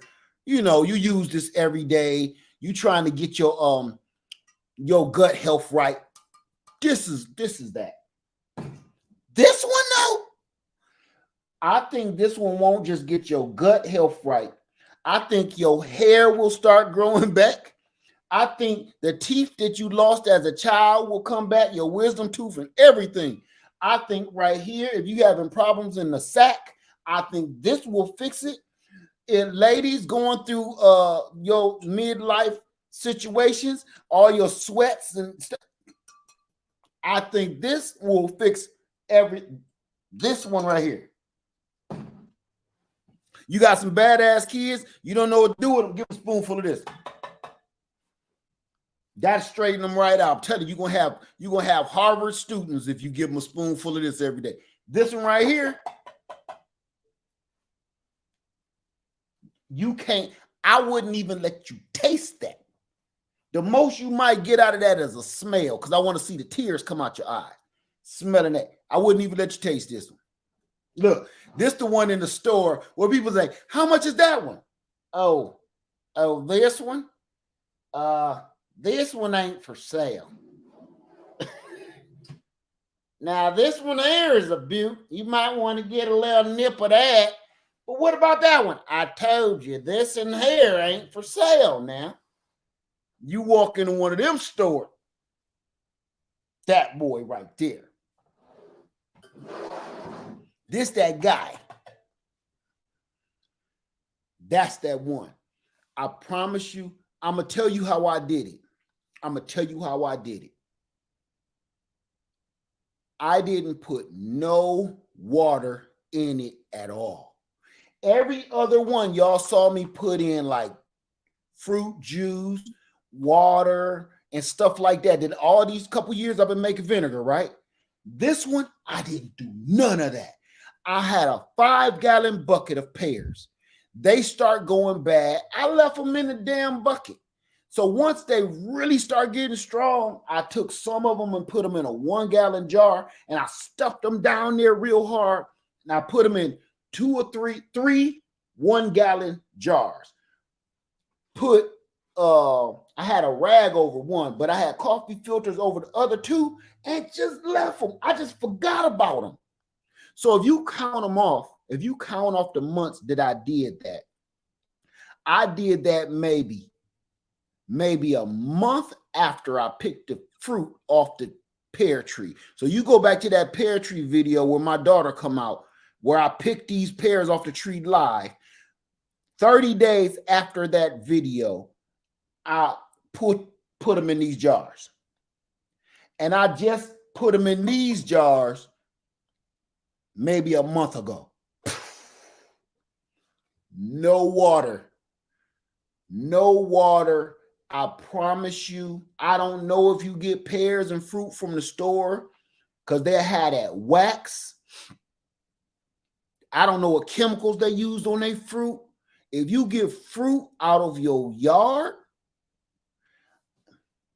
I left stems, I left seeds, I left that little hard booty piece under the pear that it'll be choking you out, and that's the piece you have to take away from the baby because they don't mess around and ate the pear butt. That little butt underneath, the old dry bloom that'll cut all this up. I left all of it in there. I seen a couple of gnats humming around it. You get in there too. I ain't even trying to shoo them out. Everything that went in there was just in there. So when I filtered it out, seeds, stems, y'all know about that. Stems, seeds, pear butts, and that little hard husk that hold the seeds.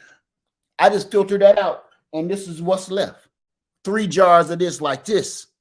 The best vinegar I ever made in my life. I can't even say I did it. All praises to the Most High, because I did not have anything to do with that. I put it in the jar. That's all I did.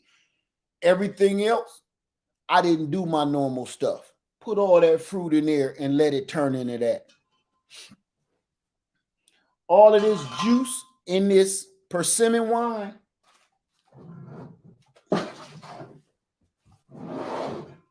all this juice in this persimmon wine is the juice from the persimmons. I didn't put no water in it. None. That's just sweet persimmon juice that y'all see right there. I'm done putting water and stuff. I left the seeds in that boy, the little leaves and stuff in the persimmons. I left all that in there. So I had to throw that out there because I ain't had nothing to do with him. But this is the way I'm going to do it from now on. No water. Just jam them jars full of fruit, throw a damn cover on it, walk away. Everybody going to be asking me questions like, so what was the temperature? What time of the year? I don't know. Just walk away, man. Don't keep looking at it. I didn't stir it. I didn't reopen it and look at it.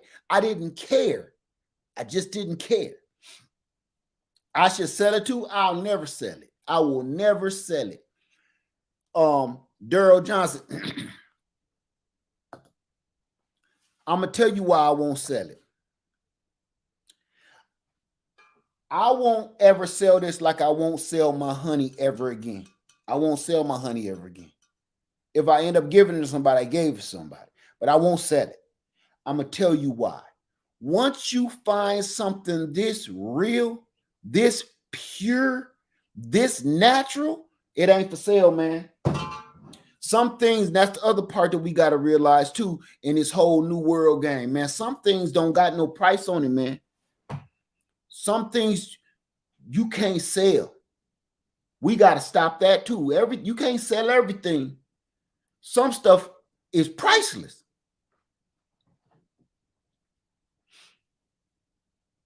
Let me see. So would you do that to apple vinegar? Do what to apple vinegar? So would you do that to apple vinegar? I don't understand your question. Would I do that with apples? I don't care what fruit it would be. I would do it exactly the same way. I would never put no more water in with seeds, stems, but I wouldn't say getting fruit from the store though, because the fruit from the store got wax and chemicals and everything else on it. I don't think it's gonna act like this. I really don't think it'll turn out like this. Let me see. Lead your honey is for sale on your website. Just FYI. No, it's not. It says sold out. And I'm never selling it again.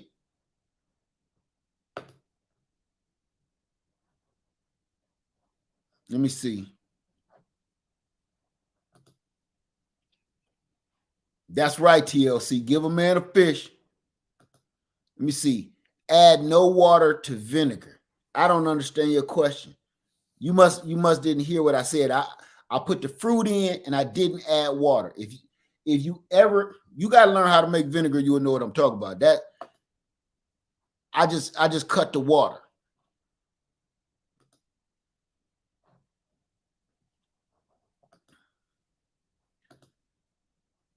So trust me on this. And you know what? I'm not going to say don't try it with store fruit. Try it with store fruit and see what happens. You know, that's right, Ladybug. That's just one more skill. What do you use to smash the fruits? I told you everything was just dumb and simple. Don't put no metal in vinegar. Now, when it's still sweet fruit, it don't really matter, but nothing works like a good old wooden spoon. Nothing works like a wooden spoon. So I do everything with this. I don't put, now that there's vinegar, if you put metal in there, I forget what they said it'll do, but it'll mess something up.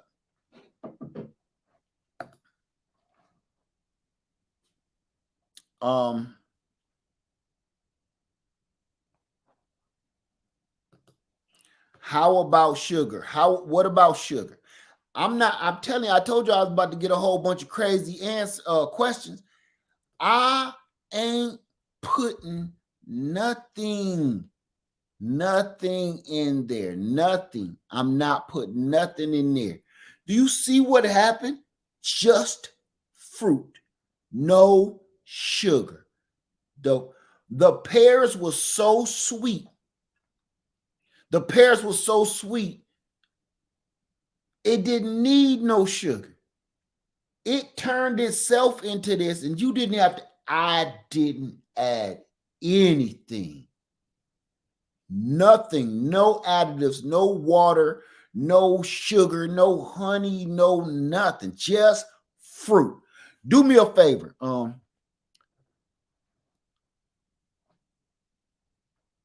gonna say this, okay. If you find a farmer's market with some real up and up fruit, just say apples, right? I want you to do a test for me. If you find some real true fruit, how many people can get their hands on some real true fruit? Like, I no labels on them. This is some farmer market real. You know where the apple field is, or you know where this is. Pears, real apples, or you know where a apple tree is, or a pear tree. Anybody? If you know where you can get your hands on some fruit, some real fruit,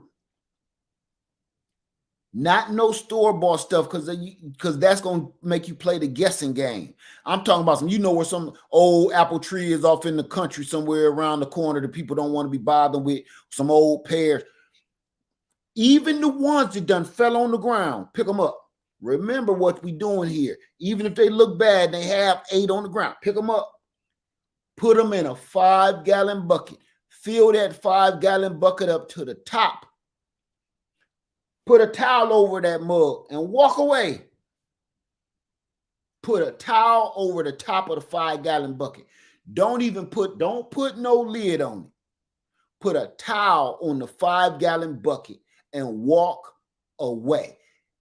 Let it sit there for about 30 days till you start walking. Every time you walk in your kitchen, smell vinegar. Like, what the hell is that? You own to something. Then that means the fruit is in there breaking down. Take that 5-gallon bucket of fruit, go put it in a couple of 1-gallon jars, and take your wooden spoon and mash that boy down in there. Put a coffee filter and a rubber band over it. Whatever juice was in that 5-gallon bucket, don't pour it out. Pour that old funky juice in here. Ooh! Huh?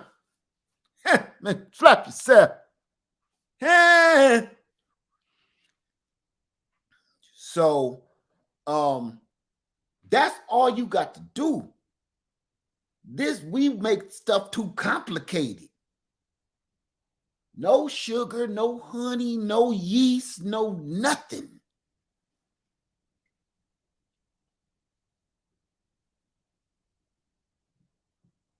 See,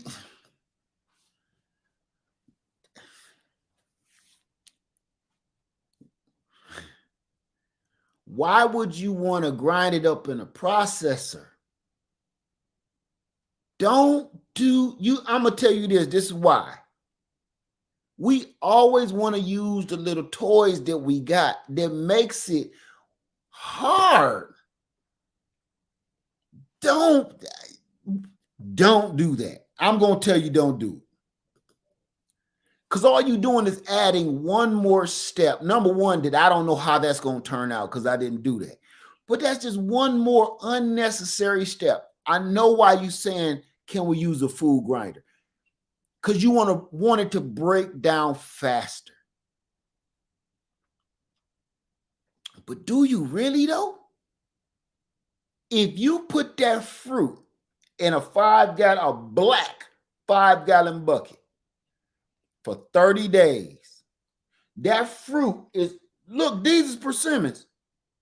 It's going to break itself down where it's processing itself. You won't need to do anything. Listen how simple I said this. Look how simple this is. Take your fruit. Fill up a 5-gallon bucket with your apples or your pears. We just going to stick with apples and pears because that's all I know how to work with right now. Apples, pears, 5-gallon bucket. Throw a towel over top of it. walk away. Walk away. Don't add no water. Don't add no sugar. Don't add no vinegar. Don't add no salt. Don't add nothing. Walk away. Bucket, fruit, towel.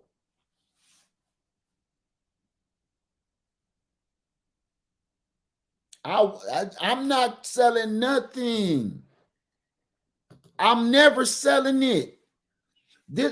I want you to know, I want you to make it yourself so you can taste it. I'm not selling anything. This right here, I'm telling you how good it is. This is so good. Come on, y'all, look. I could sell this by the shot. If I was gonna sell this, I would sell it in a shot glass for $50 a shot. If I was selling it, that's how good that is. I'm not even playing. I'm not even joking. I'm not even gonna smile because I don't want you to get the wrong idea. It'll be $50 a shot glass, one finger. That's how good this is. I can't make that up. This is me. I'm trying to get as much money as I can possibly get so I can get out of here, get my land going, everything else. Think about this. I'm a man right now in transition of a life, changing my life to go somewhere else, and I need all the money and resources I can get. And I'm telling you, I'm not selling my vinegar. My Harley Davidson is for sale, but not my vinegar. If that's not telling you how good this vinegar is, nothing is. I'm selling my Harley, but not my vinegar. That's how good. I'm telling you. If that ain't telling you something, this is me we talking about.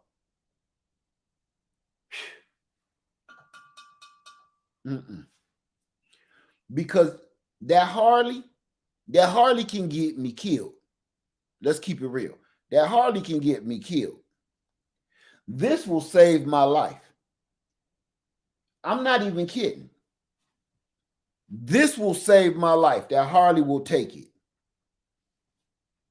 And until people start really understanding, have you ever tasted real vinegar? Have you ever,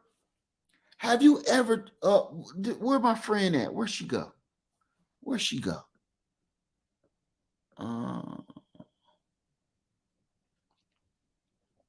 There you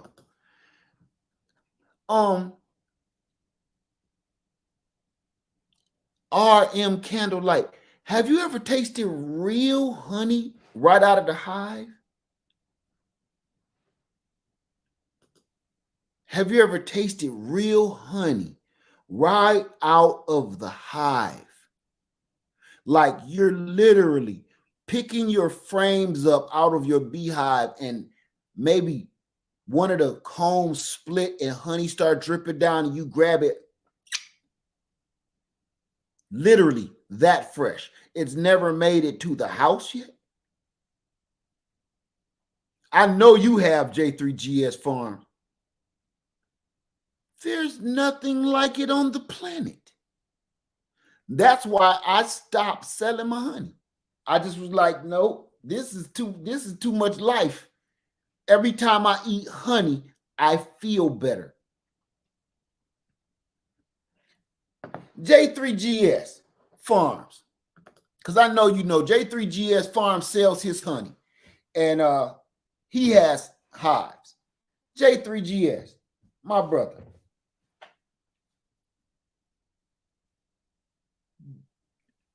Does your honey make you feel better? I'm not talking about like, I'm talking about how I explained it earlier. You can feel it working. I know that I ain't talking about in no tea. I know on no honey glazed ham. I'm talking about when you take a spoonful of that honey, you feel it. Is it just me?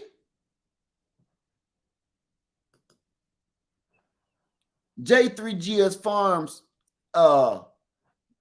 J3GS Farm says, yes, you feel it today, not you got to take a spoon every day or 3 times a day for a week. You feel it in there first.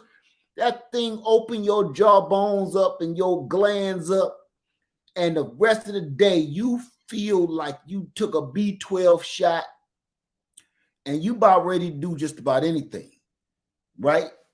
I'm telling you, I can't make this up. This vinegar,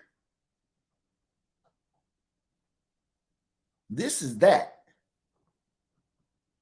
This is that. And that's why it's certain things that I've learned over the years, certain things that I produce is not for sale.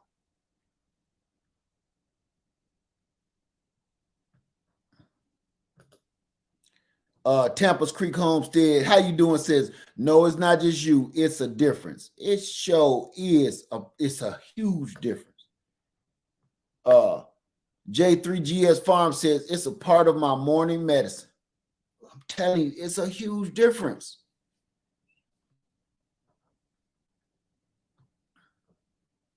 So I'm just letting y'all know,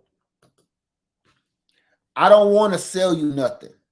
I don't want to sell it to you. J3GS Farms, I think you still sell your honey, right? You can go to J3GS Farms. He sells his honey. I can't. I just can't. I can't do it. I know what it does to me, and I know every time. Let me tell you something right now. Okay. I'm a level with y'all. I know I'm in here for a long time, but I got to level with y'all. Let me get rid of this, close this out too. Listen here. Y'all know y'all been going in the store hearing people sneezing, snotting, and not chewing, right? Right now. You know they've started making people cover their face again, right? Okay, J3GS Farm say he about to start back selling honey in February. So y'all look him up, go over to his channel and hit him up because he sells his honey. I stopped selling mine.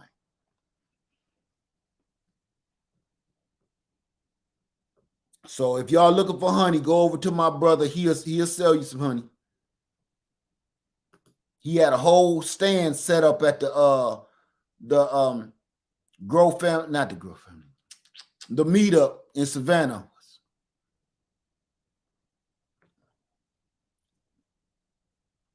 So, hey Kia, how you doing? So trust and believe. If you do this, you'll be having this stuff for the rest of your life. You won't have to ask nobody no more for no wine, for no honey, for nothing. For no honey, no wine. I got one thing I'm going to show y'all that I said I would never grow. I said I would never grow it. Never. But I had an epiphany.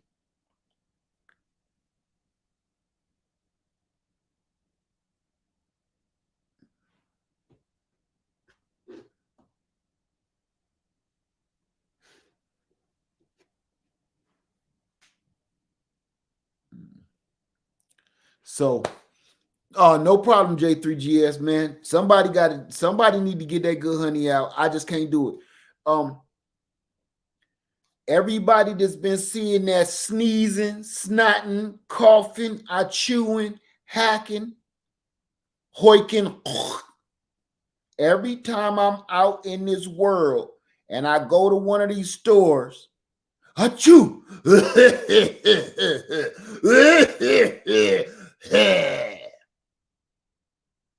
Am I the only one seeing that? Am I the only one seeing that, hearing that, and make me turn around and go the other way? Thank you, Soul Candace. It is back. It is definitely back. Put it like this. Something is here because I thought I was tripping. I thought I was tripping because I kept seeing everybody with their face covered. And I was like, dang, did they drop another mandate or something? I ain't heard nothing about it, but everybody got their face covered up here in South Carolina, right? I'm tripping. I ain't heard nothing about it, but I keep hearing in the stores. Achoo, achoo. I'm hearing all of this while I'm walking through the store.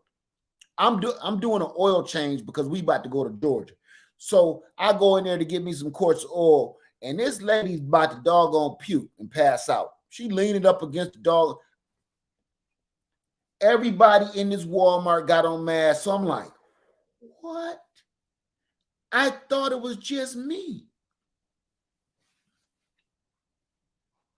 Right? I thought it was just me. But no, everybody is hacking, sick, coughing.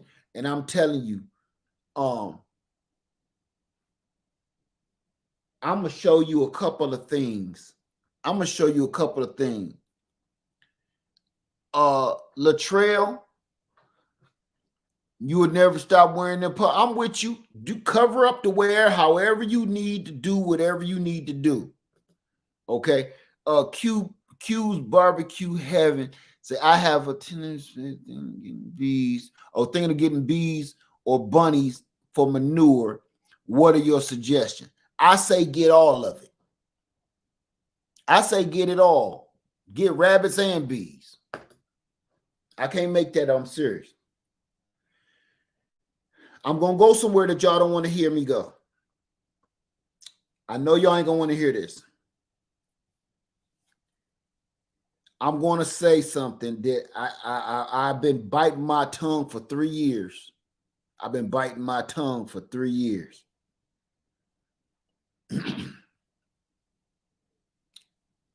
Something is out there making us sick. That is factual. How we're dealing with it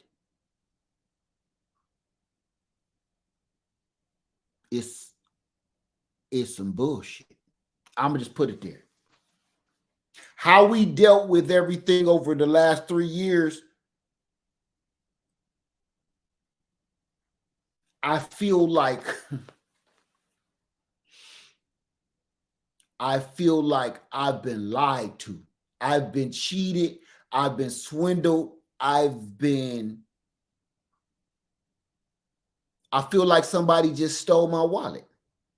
I feel like I was at a concert jamming, and while I was jamming to the artists on the concert on the stage, somebody went in my back pocket and stole every cent and stole my identity and stole everything. I feel mortified. I feel like I'm in another state with no wallet, no identification, no passport. I feel like I've been screwed. I'm going to say it.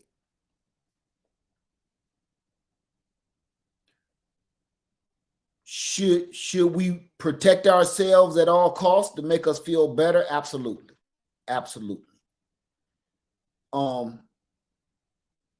Nobody, no matter what's going on out there, nobody should be sneezing and snotting all over the vegetables and produce and food. That's a given. I'm glitching pretty bad, so I don't know what that's about. 2 years ago,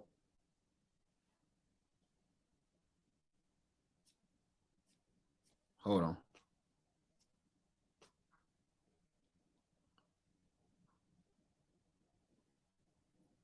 2 years ago, I did something and I ran an experiment.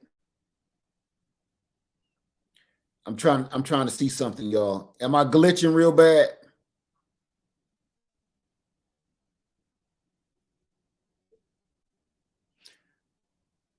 If y'all want to hear what I got to say, you better bring. Yeah, I am glitching. I'm glitching.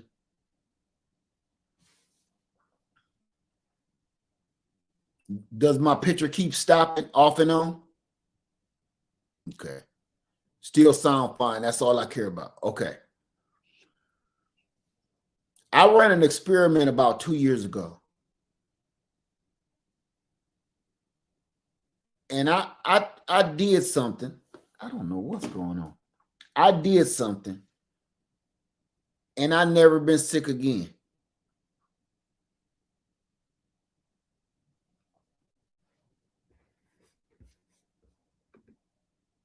I did something and I never been sick again. No sneezing, no snotting, no nothing, no coughing, no hacking. I got sick twice. And after I put out this one video, which YouTube shut down, and I had to reword it, rename it, retitle it, I did that and it changed everything. And everybody wonder why I stopped selling my honey. That's when I stopped selling my honey. I'm going to tell you why I stopped selling my honey. And on that same crusade, I started making vinegar like crazy, right? I started making a lot of vinegar because my citrus trees, my wife growing ginger, my wife was growing onions, my wife was growing turmeric, I had lemons growing, oranges, vinegar, kombucha. Oh, in my wine.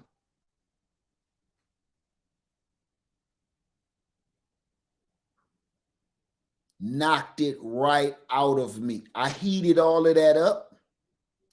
Elderberry, forgot about my elderberry. Thank you, TLC. My elderberries, elderberry syrup. I mixed all of that together.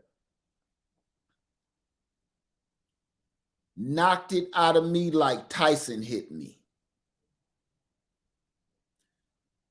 Have you ever seen Tyson hit somebody so hard he knocked their mouthpiece out and they have to go and just cart the dude off in his prime? Just cart the dude off. He ain't waking back up. Go take him immediately to the ER and revive him. Clear. When I drank that, it was like I had Tyson punched me dead in my chest, knocked out all that mucus that was taking people out. Because that's what it was, that buildup of phlegm in your lungs and that fluid. I mean, you almost puke out this phlegm is so much. You literally, it gags you. That's how much. Knocked it out of me. I sweated it out like you in a sauna. I woke up and my bed was soaked. My whole bed, forget to change the bed spreads. We're going to have to just leave the bed open because my mattress is soaked. You know what I'm saying? Like I peed in the bed. The whole thing is sweated out. When I did that, from taking that honey, all my citrus trees, elderberry syrup, garlic, onion, turmeric, ginger, all the stuff I grew right here on my land. And my wine. I've been doing that for this past 2 years. I'm good. I can't make this up to the point I'm walking around everybody and they hacking, coughing, sniffing, snotting, choking, puking, and I'm just looking at everybody like, remember, I told you I'm in the same store with all these people and I'm not suited and booted. Now, y'all saw me. I've been suited and booted. I was suited and booted for years. But I ran this experiment like, now if you hacking, coughing, yeah, you cover yourself up. Okay, that's normal. This was before 2019. But I'm talking about, I don't want to get into no conspiracies. All I'm saying is, because I never wanted to speak on it, I feel like I've been lied to by some of the closest people you trust. And they still haven't said, I'm sorry. I was wrong. That's where I'm having a problem. Because you ever hear these narcissists, when you finally catch them in their lie or in their twist of words or whatever, you catch them, you corner them. And then they like, oh, you got me. They never say, oh, you got me. I'm sorry. I was lying. They never do that. They'll just keep talking around you and play you like you stupid, like none of this ever happened. That's how I feel. I feel like I caught you lying. You damn near admitted that you were lying, but you tried to talk over my head with big words to say you were wrong, but you turned me into a damn crash test dummy. And here I am losing loved ones because maybe be from something you gave us. I ain't heard I was wrong. We was wrong. We screwed up. I'm sorry. Hey, reparations for nothing. So all I'm saying is, this is the part where I think everybody was screwing up. Oh, there is something out there, okay, making us all sick. Don't get that twisted. Yeah, I don't care where it came from, man-made or from outer space. It's something out there making us sick, and it ain't our normal stuff that we've been getting all these other years. This is something new. That is real, because I had it. It ain't like nothing else I ever felt in my life. Whatever that is, it's real, and it's out there, and it's taking people out. That's real. That part is. So the people saying, it ain't no such thing, that's some bullshit. I had it. It is. How we're dealing with it, that's some bullshit. I said it. I've been biting my tongue for 3 years. If you up at 11 o'clock tonight, Eastern time, you finally heard Lead Farmer say it. I said it. Yep, I said it. I think we've been taken to a damn trick pony show. And ain't nobody saying they sorry. The reason why you'll never hear we screwed up and we're sorry is because if you actually admit you screwed up, you owe everybody an apology and reparations for all the lives that was lost because y'all screwed up. That's all I'm saying.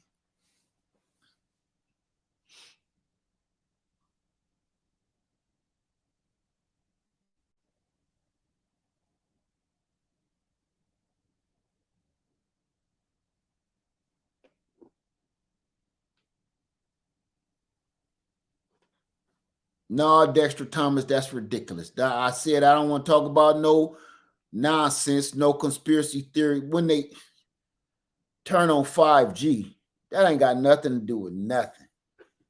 Nothing. This is the part that gets me why we're all not helping one another either, making up our own stories. We're not. We're actually doing ourselves a disservice by spreading that kind of stuff. We're not helping the situation matter of fact, we help them with their narrative every time we come up with some nonsense like that. They're going to turn us all into frogs or something, or mind control. When we keep throwing crazy stuff out there like that, that makes them look smart and make us look stupid. So then when it comes to dealing with these situations in a court of law, they come with a bunch of big words, even though they're lying. They come to court with a bunch of big words, And we come to court with aluminum hats on our head. That's what the judge sees. That's what the jury sees when we come talking about turning on 5G and mind control and turning us all into robots from the waist down, all that kind of stuff. We come when it bottoms out in a court of law. That's what it makes us look like. Like we come to court with aluminum foil hat and they come still lying, mind you. They are not right, but they're talking big words over top of everybody's head that makes them sound right like a narcissist. They sound truthful. They sound legit. They sound professional. While we talking about that, I don't want to talk about that stuff. I only want to focus on reality. Reality. Like I told you, I don't care where it came from, whether it was man-made or it came from outer space, it fell off of an asteroid rock. I don't give a damn. Whatever is making us sick is real. How we dealt with it over the last 3 years was a straight fumble. Was a straight fumble.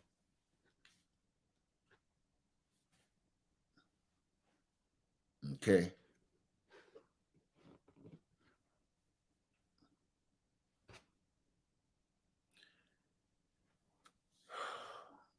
Tasha Mack.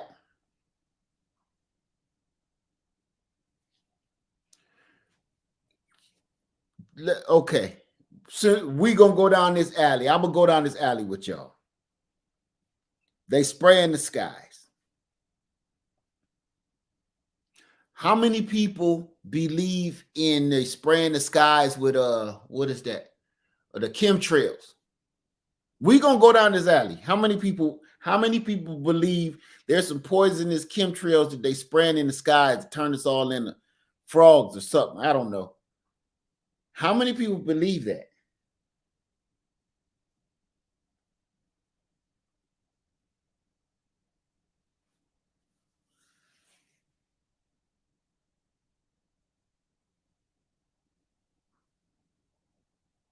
My next question is for what? For what? The people that believe in the chemtrails and spraying the skies and turning us into stuff, whatever, I don't understand. My question is, what do you think they're doing that for?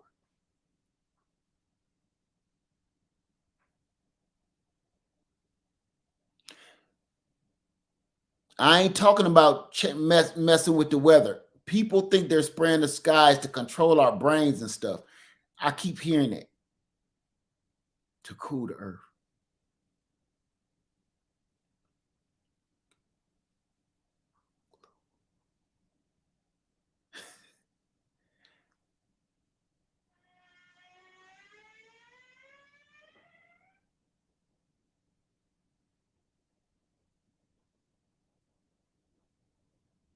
The reason I'm asking this question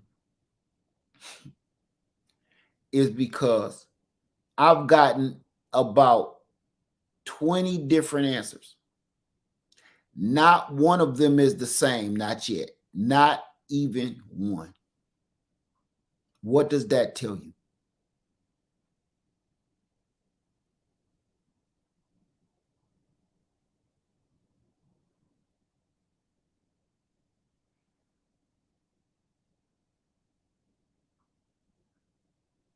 What does that tell you when none of y'all answers match? None of them.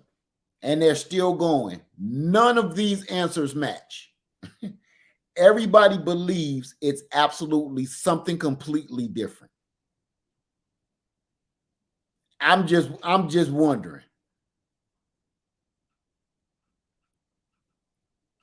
When nobody's answers match, what does that tell you? Okay. So for all the reasons that were the ones that I could actually see, miscommunication, for all the reasons that I've read so far, I'm going I'm going to tell you this because I've heard a billion different reasons why everybody think that they're spraying the skies for whatever odd reason. Do you know how much money it would cost to spray chemicals to control our brains or whatever everybody else say, right? How much money? Because I need y'all to understand something first, because I'm going down this alley tonight. We're going to play. We're going to play. So everybody always trying to get me down the conspiracy alley. Let's go. The United States of America is a business. How many people believe that?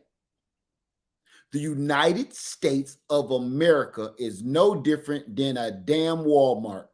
How many people believe that? This is a business. This is a corporation. Why do you think you pay land taxes? You pay land taxes just like you buy a damn pack of damn bread and you got to pay taxes on it. The United States of America is a business. That's why they're selling parts of it to other countries. That's why everything in this mug is for sale. Every grain of rice, every grain of sand, every cup of water in the United States of America is for sale to the highest bidder. Do you believe that? So if you believe that, you also need to understand in the world of business, you buy low and you sell high. No matter what the product is, you buy low and you sell high. That's business 101. Buy low, sell high. Okay. With that being said, do you understand the cost, the overhead it would cost to do something so ridiculous as fly airplanes? Number one, count you need to pay the pilots. Count you need to buy the fuel. Count you need to pay the scientists to make the chemicals. Count that you need to go and pay these airplanes to spread these chemicals and these pilots all day, every day to cover the planet, to cover the United States, to cover whatever. How much would that cost? Remember, United States of America is a business. They don't do anything unless it's going to make them money. They will never make a move if it's costing them money. They don't do anything. Why is there not a cure for cancer? It costs too much money to cure cancer. Why is there not enough money to cure heart disease? It costs too much money to cure heart disease. But we make a lot of money by keeping people sick. This is a business. It ain't got nothing to do with how much they love you. This is not personal. Okay, with all that being said, come on with me now. If we really wanted to screw you up, control your mind, weather manipulation, brain manipulation, human mind control, or all the other stuff that everybody keep naming, they need to make money off of that. How would they make money off of that? They're not going to pay to do this to you because it's not going to, they're going to lose money. If they want to do that, they need to make it a profit. How are they going to make it a profit? They make you screw yourself. It's the oldest trick in the book. Everybody know what they did to black folks. It's the oldest trick in the book. Don't pay to exterminate people, places, or things. Do not pay to remove people, places, or things. Don't pay for it. You plant a seed. You invest in a seed, just like, listen, remember, United States of America is a business, okay? And it's no different than a garden. You invest in a seed. You plant that one seed is going to give you a crop, correct? So you make one investment. That investment is going to give you a return. That return you plant, you reinvest that return, give you more investments. Okay, where I'm going with this. If I really wanted to control y'all, mind control, weather control, human control, whatever. If I really want to do that, I'm going to make you pay for it. I'm going to make the consumer pay for it. I'm going to make humanity pay for it. We ain't going to pay for it. We just want to profit off of how dumb y'all are. So this is what we're going to do. We're going to put it in the food. The chemicals, the same chemicals y'all say mind control. Now, for the people that said mind control, looks like mind control to me when you go through a drive-through and your fries is cold, so you about ready to kill somebody. That sounds like mind control to me, because I don't give a damn how good some fries is. I'm not going to remove somebody from this planet because my fries ain't right. That sounds like somebody screwed with their head. If I want to take you out, I'm going to make you go through the drive-through and pay for them burgers that's going to make you fat so you can go to the hospital and get a heart transplant or a bypass, and you got all that money from your insurance or lack thereof is going to come to me. I invested in this McDonald's, which you gonna gladly drive through the drive-through, pay your money to me for you to get sick, so you to go to the hospital and gonna pay me again at the hospital with your insurance. It's a no-brainer. That's profit on top of profit on top of profit. You do not have to do crazy stuff like fly airplanes in the sky to spray stuff on people to make them do anything. If you really want to get jiggy with it, put it in the water. No, that's too Joker-like. Don't put it in the water. Put it in a Pepsi Cola. Because we know people ain't going to stop drinking Coca-Cola, Pepsi Cola, Mountain Dew, McDonald's, Burger King. You ain't going to stop buying that crap from Walmart. You ain't going to stop eating Twinkies, Ding Dongs, and Ho-Ho cakes. We ain't going to stop. That is the seed of investment. I'm going to invest in a bunch of these junky ass dollar stores and make people buy these toys that the kid ain't even going to make it home. Before the kid make it home, you bought this kid a dollar store toy. Before the kid make it home, the toy is broken in the back seat. You're going to take that toy, you're going to get out your car and you're going to throw it away. But every time you go to the store, what you going to do? You're going to go buy another one. This is about supply, demand, buy low, sell high, profit. This is all about money. This is all about profit.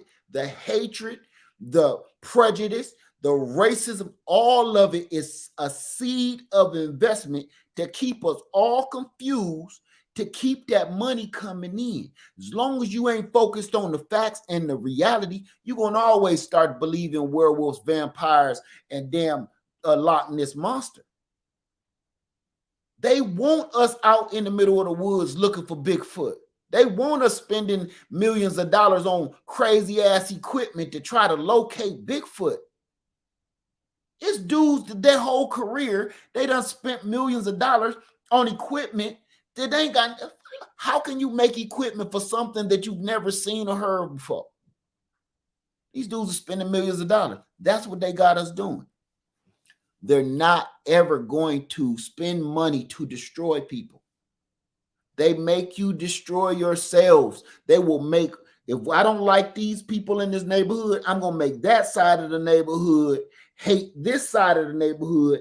They're going to fight until they destroy themselves, making the land and the houses around them worthless. So that's when I show up and I give everybody $20 for their house. I buy out the whole neighborhood, mow the whole damn thing down because I bought everything for nickels on a dollar. And then I build condos for rich people and push the poor people out into the woods. United States of America is a business and it's open for business. They done flicked on the hot light just like Krispy Kreme. I do not believe in all, everybody is waiting for a science fiction style TV drama when it's all so simple. Let me show you something. Everything I just said to you is as simple as making this damn vinegar. You need a 5-gallon bucket. You need some apples or some pears and a towel. And then you just sit, walk away, and wait. Come back later, vinegar. This game ain't no different. They sit there, it's few ingredients to it. You cause confusion, mayhem, hatred, racism, unfairness. You plant that seed right there, and then a whole bunch of conspiracy theories, you stir that up and walk away. They've been doing it here in the United States since they came over here on this rock, and don't nobody believe it. Everybody want to believe in Bigfoot, Loch Ness Monster, and the werewolf. It ain't, man. It's simple. You stir up. This is what it's like. You in high school. And I'm going to show you, and I can prove this too. I can prove this besides my example. There's always an instigator in the middle of a fight. There's never two people that just want to fight, that just don't like each other. Because those are people all around the world. It's always two people that just really don't get along, can't stand each other. That ain't why they finally end up going to blows. They always end up going to blows because there's an instigator in the middle. There's always somebody stirring the pot. Always. There's always an instigator. That's America. Because if these two dudes, they just don't like each other, they can go for their whole lives just not liking each other. It take that one person to push that other person to the other one, or too many whispers from that same person supposed to be your friend. How was you their friend too? That one instigator starting shit. That's what America do. They whisper in your ear, werewolf, vampire, chemtrails, the needle. They whisper until everybody got so many damn different stories, don't nobody know what to believe. It's mass confusion. That's the art of war. Confuse them. Get them, single them out, spread them out. Then turn them on each other. Make them hate each other. Make them fight each other. Because once they fight each other, with that one dude that started this fight over here, started this one, these two dudes fought, they fight to the death, one of them is gone. Who get the girl? He ain't gonna get the girl. He ain't gonna get the girl. The instigator gonna get the girl. Because while these two dumbs, ding-dongs is fighting, he over here talking to the girl, whispering in her ear, the one y'all fighting over. That's America. And now, I said I was gonna prove my example. What is we doing now? This whole world is on fire with different wars. How did one country end up in the middle of all of them? Us. We in the middle of two whole different wars. Hey, man, I think they said something about you. I think they said something about you. I think they're going to take your land. I think they're going to mess around and take your land. They called you a punk. Man, they called you a punk. That's us, America, doing that. So you mean to tell me they ain't doing this to us? If we watching them work and do their magic over there, you don't think they're doing this on this rock right here? Right here at home? Where do you think? Why do you think America is so good at it over there in the middle of all that stuff, starting all that stuff? Why do you think we so good at it? I'm going to tell you why. Because we got all the practice that we needed, because we've been practicing on ourselves, on our own people right here. We got so good at America, done got so good at starting shit right here. We go all around the world and do it. So that's why I said, I asked y'all the question, if you really think chemtrails be mind controlling and everything else, and I wanted to see how many answers you're going to get. Not one of those out of about 20 different answers. Nan one of them was exactly the same. Every last one of them was different. When you get answers like that, that tells you, where did you get your source? Where did you get your source? Where did you get your source? Nobody went to just get no right one information that sounds even remotely feasible. Everybody's getting information from social media, your best friend, some dude at work. Nobody is getting it from one good, solid, factual source. That tells you something. Those are not facts, those are conspiracies. If this country really wants you gone, they'll just make you pay for it. If they want you gone, they're going to make you pay for your own demise. They're not going to waste money getting rid of you. That's crazy. That's bad business. They're not going to spend all their money to get rid of us. They're going to make you pay them to get rid of yourself. That's what we're doing right now. Think.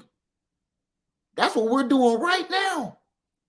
When you go to McDonald's, Burger King, Arby's, all of that trash that we already all know that is not good for us. When you eat a ho-ho ding dong cupcake, when you eat that stuff, when we eat tons and pounds of sugar every day and everything we eat and drink, they know what that does. Why do you think there's sugar in absolutely everything, even meat? Every ingredient, it says, even a steak, 100% grass-fed beef, sugar. Why does a steak need sugar in it? Oh, that's to preserve it. I thought you said it was cut fresh yesterday. Yeah. Bullshit.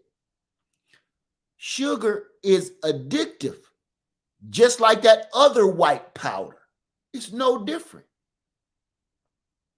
I'm not heavy because I just love sitting around eating pies and cakes. Man, that sugar is something else, man. It's nothing different than that other white powder that they, Scarface. If they want to really get rid of you, they're gonna make you pay to get rid of yourself. Just like prisoners in prison. They make prisoners pay to be in prison. Think about it. This ain't no different. That's why I don't do the conspiracies, because when you break it down into brass tacks facts, none of it adds up. This is a business. And if you understand anything about business, anything, you would never buy high and sell low. That's ridiculous. You lose. You buy low, you sell high, and everything we do in the United States of America is dealt with that way. It's business. It's not personal to them. They don't care about, this place does not care about your feelings. They don't care how much you love your family. They don't care how much you love your wife and your children. They want your ass at work, making them money. And they only want to give you just enough to get you back to work. They're not trying to make sure you become rich as them. They just want to give you just enough to bring your ass back to work tomorrow. And if they don't want to give you too much money because you might break off and start your own business, they don't want that. That's bad business for them. They don't want to tell you the secret recipe and the secret sauce in the chicken. Oh, we don't want to do that. You might break off and go off to the business yourself and be my competition. We don't want that. Bad business. See, I just deal with facts, man. Listen, I know people believe in a little bit of everything, and I know America is can be so horrible at times that we could be so horrible at times that stuff can be believable. But the bottom line is, it doesn't make them no money, so it doesn't make any sense. Everything that they do is about money, even war. Sometimes they go to war for money. Not because we want y'all land, we hate y'all country. No, it's about money. How much money can this war make us? For instance, let me break it down to the people that don't quite understand that situation, but you do understand social media. If you start a social media beef, who does it benefit? It does not benefit the viewers. Whoever is beefing, everybody want to see this beef on YouTube, social media, whatever. The back and forth. That's why we watch some of these entertainers. Oh, this entertainer ain't getting paid enough, so she beefing with her. She don't like her because she didn't put her in this movie, and we watch that back and forth, back and forth. We getting entertainment, they getting paid for this back and forth. That's war. War, that's what war is, man. If it ain't making them no money, they ain't gonna do it. They got to profit off of this. This ain't about our morals. This is America. You can't do that to America. That ain't it. That ain't why we go to war. They plant that seed of deception in our head to make us think that they're trying to do something. That ain't why we go to war. We go to war because that country got something that we want.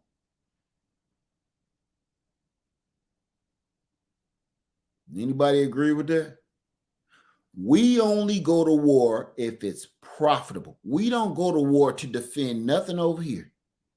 We go to war because it's easy to take them out. We don't go to war with nobody that's bigger than us that can kick our nuts in. Nobody, we don't go to war with them because we know we're going to lose. We only pick on other people that we know we can whip. That's America. We know we can whip their ass. So we going over there and we going to whip their ass. And while we doing that, we're going to take their oil. We're going to take this, take that. And then we're going to park our people over in their land for a while. Just out of spite. That's what we do. It's a lot of big countries right now looking us dead in our eye like this. You know, this is what America doing. Is he still looking? Yeah, he's still looking over this way. We ain't said nothing to him. Because we know if we start something with them, we might get our teeth crashed in. This is a business. If it's not profitable, if we know we can't win, we ain't going to touch it. So to me, when we start talking about the unrealistic stuff that floats around on social media, leave me out of that. That's not factual. It's nonsense, and it's confusion that they planted that seed of confusion amongst us to make us go back and forth with each other about something that don't even exist. What this is what it sounds like when we start talking about like things like chemtrails and stuff. It sounds like, have you ever been to Comic-Con where the people go about comic books and Marvel movies and stuff, where they argue and they get in fist fights and cuss each other out about who do they think would win, Superman or Batman? Have you ever seen one of those fights? Have anybody ever seen one of those arguments where these two dudes is going to blows because they is arguing about who would win and why between Superman and Batman? Two fictional characters made up out of somebody's brain and thoughts and imagination. These two dudes about to destroy each other over that. That's the seed of illusion and deception. That's a perfect example of what they do to us right here on this rock. They plant that seed of deception, which is Marvel comic versus DC comics, and then make y'all argue about it, which one is real or not. Who's the best? Who's the best what? Who's the best imaginary comic figure? If they're imaginary, I can turn them into anything I want to. That's what they do to us. Imagine this is what they do. Who's the strongest? Black folks or white folks? They get us fighting back and forth. You know what that is? Batman against Superman.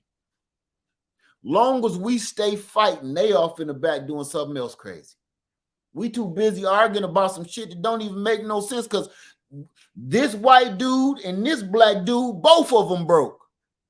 Both of them live in the projects. Both of them live in a trailer park. Both of them ain't got two damn nickels to rub together, but each of them want to talk about who's the best because of whose race is the best.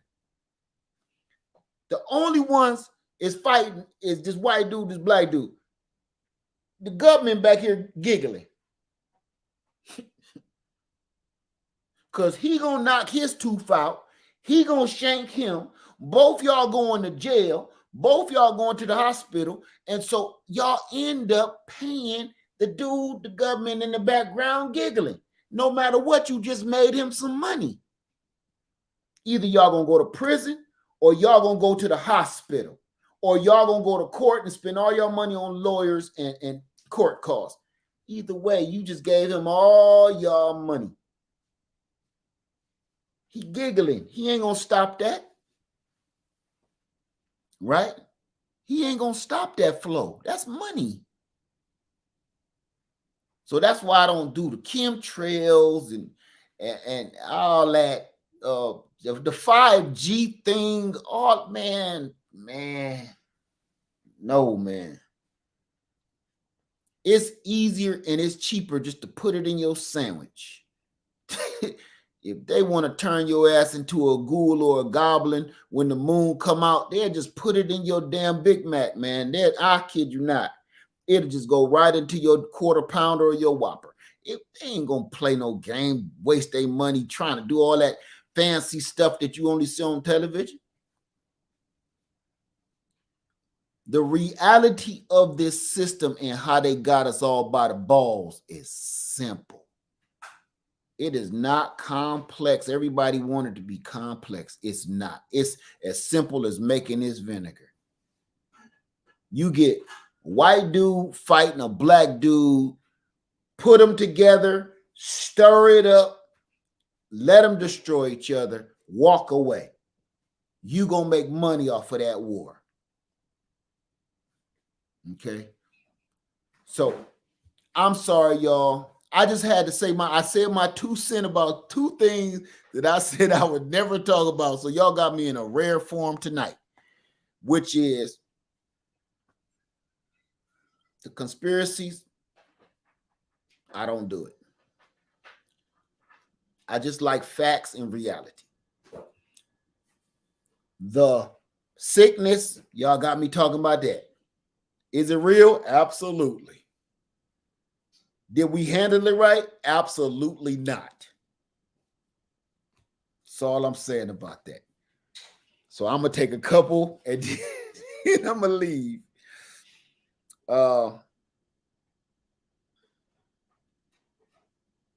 Let's see what we got here. So what do you do?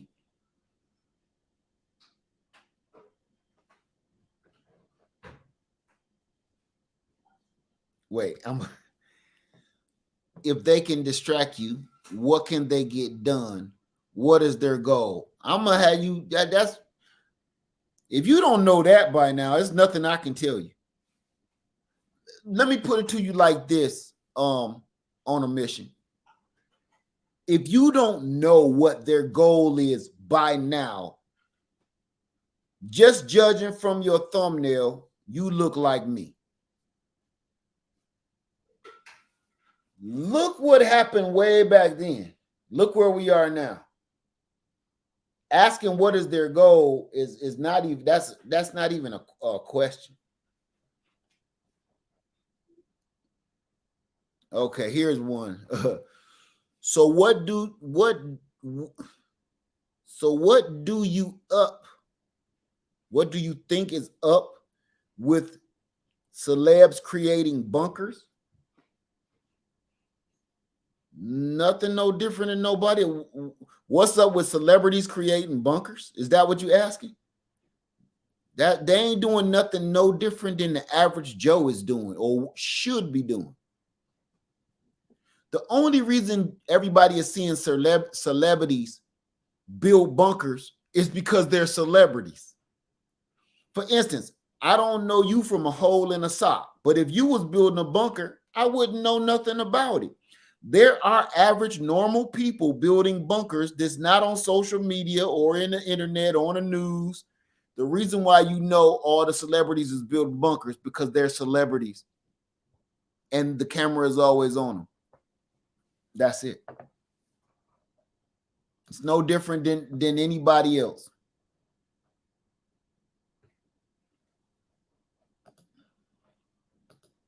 Let me see. It's like a pickpocket. They distract you and take your property at the same time. Absolutely. Absolutely. Let me see. Then what controls what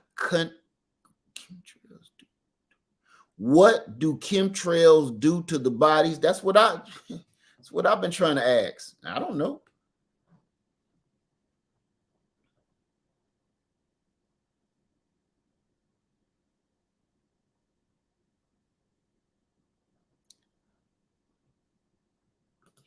Right, J3GS Farms and the celebrities build bunkers because their career might not be so hot right now, you know?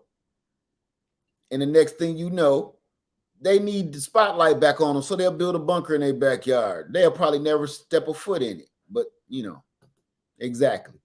Question, can you name the ingredients for your drink? I got a whole video out on that if that's what you're asking. It's a whole video.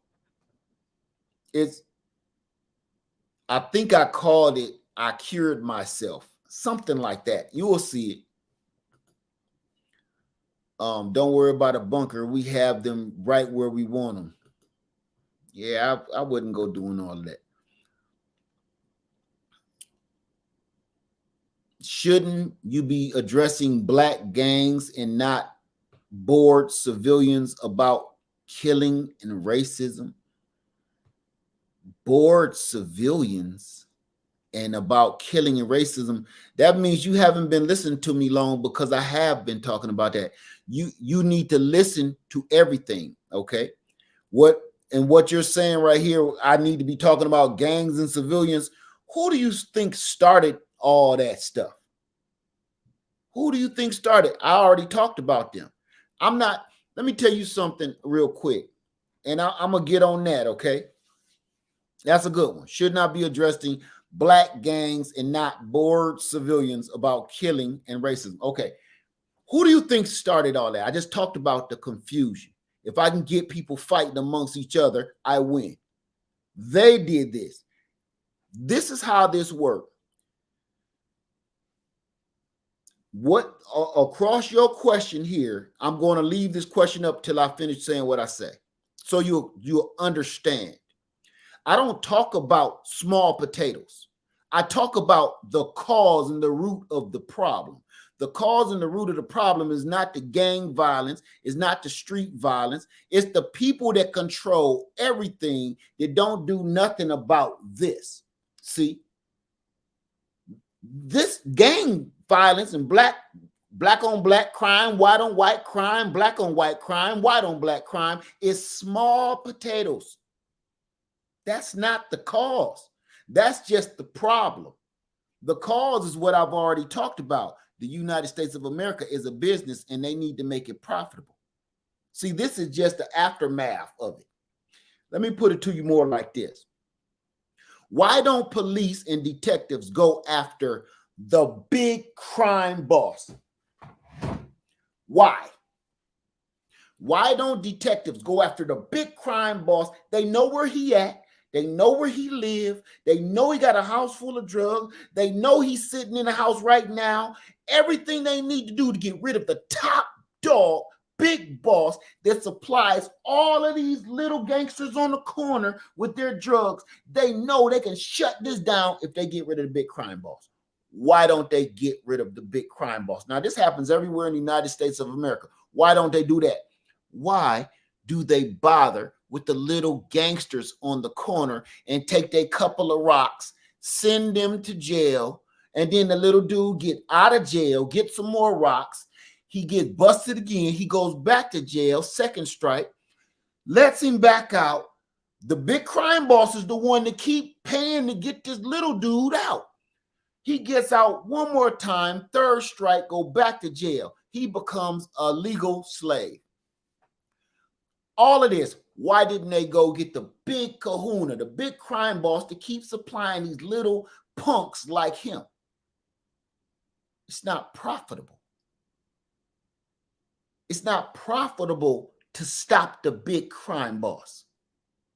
Because as long as, if we stop one crime boss, we can stop crime. If we stop the crime boss, the drug lord, we won't have nothing out here to do.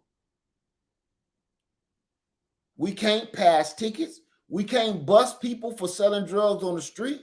We can't bust these prostitutes for selling themselves on the street because the crime boss controls all of this. Why do the cops bust the prostitute but not the pimps? Because it's the same rotation, man. It's all profitable. So when you say should not be addressing black gangs, no, because that's small potatoes. I am not looking at the little punk on the street. I'm talking about it. Let's take down these politicians. It's the politicians that let this stuff go on. And when I was talking about crime bosses, you see it in the news right now. All these criminals running the country. All these criminals is running this country. They lying in our face. We keep catching them. I'm not no doggone Harvard college graduate, but I know a liar when I see one. Every last one of them is lying, spreading rhetoric, and lying. Every 5 seconds they getting caught in more scandals than half of these YouTubers and entertainers. Everybody worrying about Will Smith, Jada Pinkett, and them. Ain't nobody care about some of these politicians. These politicians is in way more stuff than Will Smith and Jada Pinkett.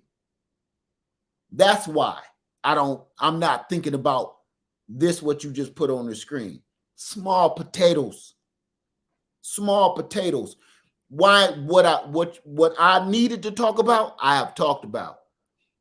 The people at the top need to be taken down. The people at the top need to be correct, not taken down. The people at the top need to be replaced with real people. Because this country is being run by thieves, liars, crooks, snitches, you name it. This, you know what's funny to me?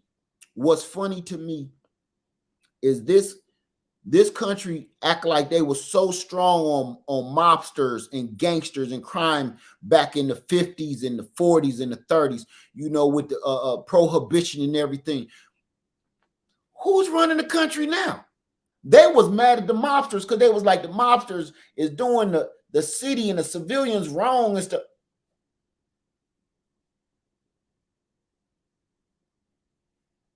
So now what? The tables have turned. Okay? So that's my word. Okay? Small potatoes. I don't understand what you're saying. Equal dead lives. If you stop the crime boss, you stop the crime. Simple. Right, they're the mobsters now. If you stop the leaky pipe, your basement won't get flooded. That's how this works. You ain't gonna stop the leak by keep scooping out the water out the damn boat. You ain't gonna make it like this, because that's what we're doing.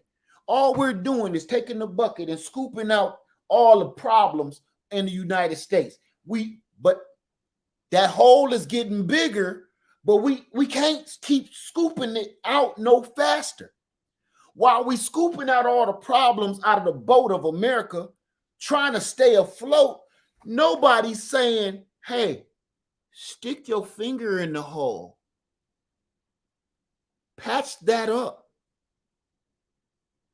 And we won't have to bucket out so much so we can make it to shore. If we stop the leak, we won't sink. The people at the top is the leak. They're the leaky boat. Scooping out the water in the boat, that's just a little small potato gangsters crime. Little dudes on the corner with the rocks. That's just the hookers. That's all that is. The crime bosses and the politicians is the leaky hole in the boat. But nobody's saying plug up the freaking hole. Patch the hole.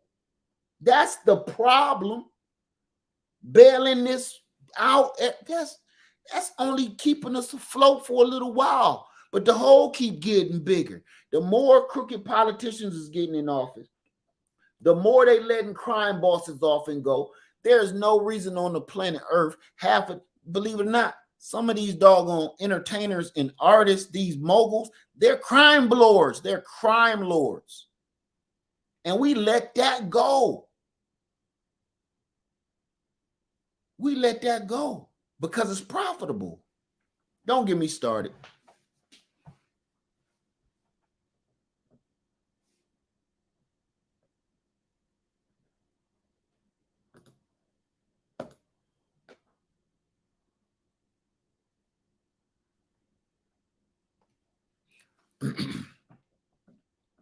But there you go.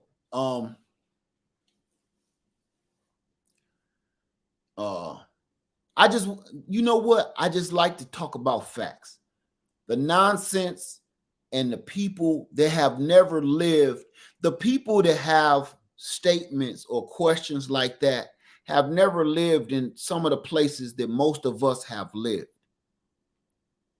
What they are making statements of things they've watched on Dawson's Creek when the kids were driving the car and got turned around and ended up in the wrong neighborhood for a night or two. No, this is the reality of most of America. And the people, is some people that shielded, they're fenced in from this reality. They're in gated communities and they don't know the reality of most of America. Like, how many, that's where you get those comments from and those statements. Have you ever been in a place? There's a place just right off the top of my head. I'm not even going to talk about South Carolina. There's a place in Atlanta, Georgia. And the reason I speak on that, because I've been through that area more than I've ever been through any other place besides my hometown. There's a place in Atlanta, Georgia. I don't know if it's still there. Under this bridge on 285 West. Or is it east? It used to be on 285 West, under this bridge, damn near before you get to I-20. I'm trying to remember because it was so many of them.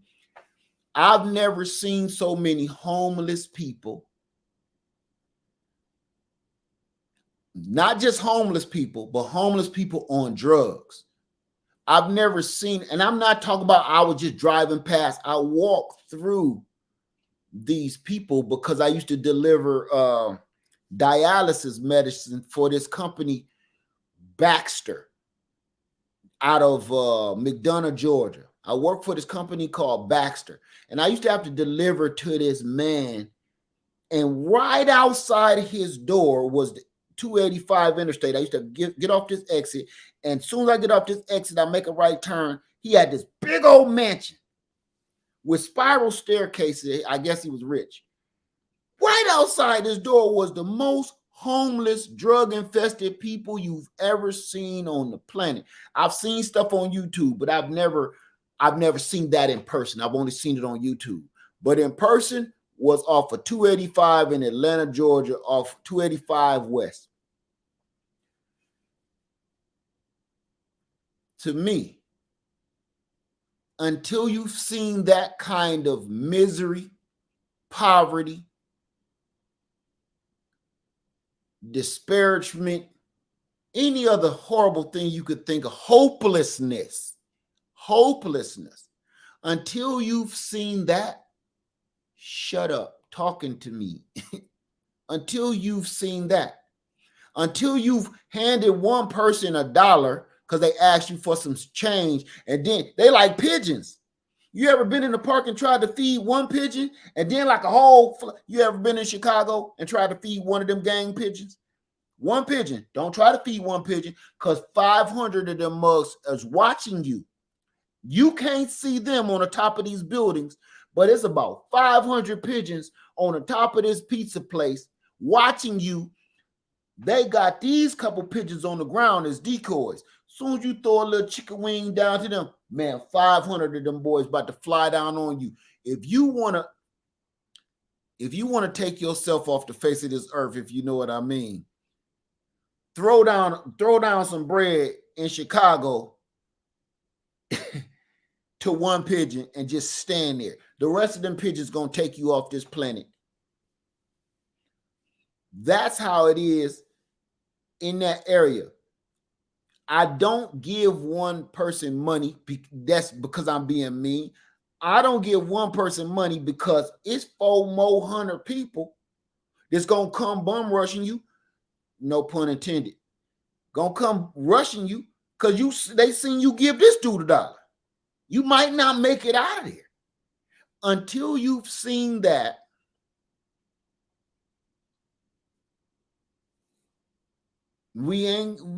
Don't have a conversation with me about the realities of how things work in this country. Ever.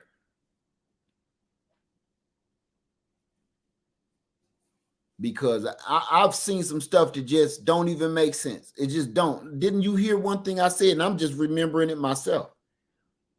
There is literally a gated community with a mansion with an elevator on it and spiral staircase. If he was on dialysis 20 years ago, and he didn't look good, he might not still be around, if you dig what I'm saying. Dude, filthy rich, got every car you ever wanted in his driveway. He has a freaking elevator. Do you hear me? An elevator. I've never been in a real house with a real elevator. He would not let me bring his dialysis medicine that come in these big old giant 2-gallon bags inside of a cardboard box. He would, and I used to have to bring them in on a dolly. He would not let me use his elevator, and he wanted them in the tops, the third floor. It was 3 stories. In the third floor, in the back room, in his bedroom. So I had to take that medicine, about 5 dollies full, up through his house. I couldn't wear my shoes, up his spiral staircase, down the hall to his room. There was a mansion with an elevator. He wouldn't let me use it. Outside, right across from him. If y'all AT aliens know what I'm talking about, you probably know where I'm talking about. It's a bunch of mansions in this gated community right off of 285. As soon as you get off this exit, I can't remember what exit was. The gated community is at the expressway where all them homeless people live. As soon as I come outside to get in my truck, there go all the homeless people. There go the interstate.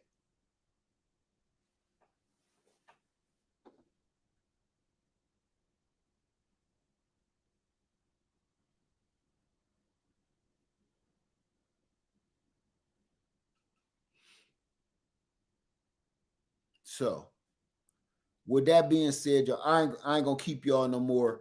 I just wanted to straighten that out because I always hear these conspiracies and people they get a lot of views off of those type of videos, and to each his own. But the more rhetoric that we spread, we're doing ourselves a disservice to one another. We cannot become a unity and fight the powers to be if we too busy lying to ourselves and making up fairy tales to make ourselves feel better. That's all I'm saying.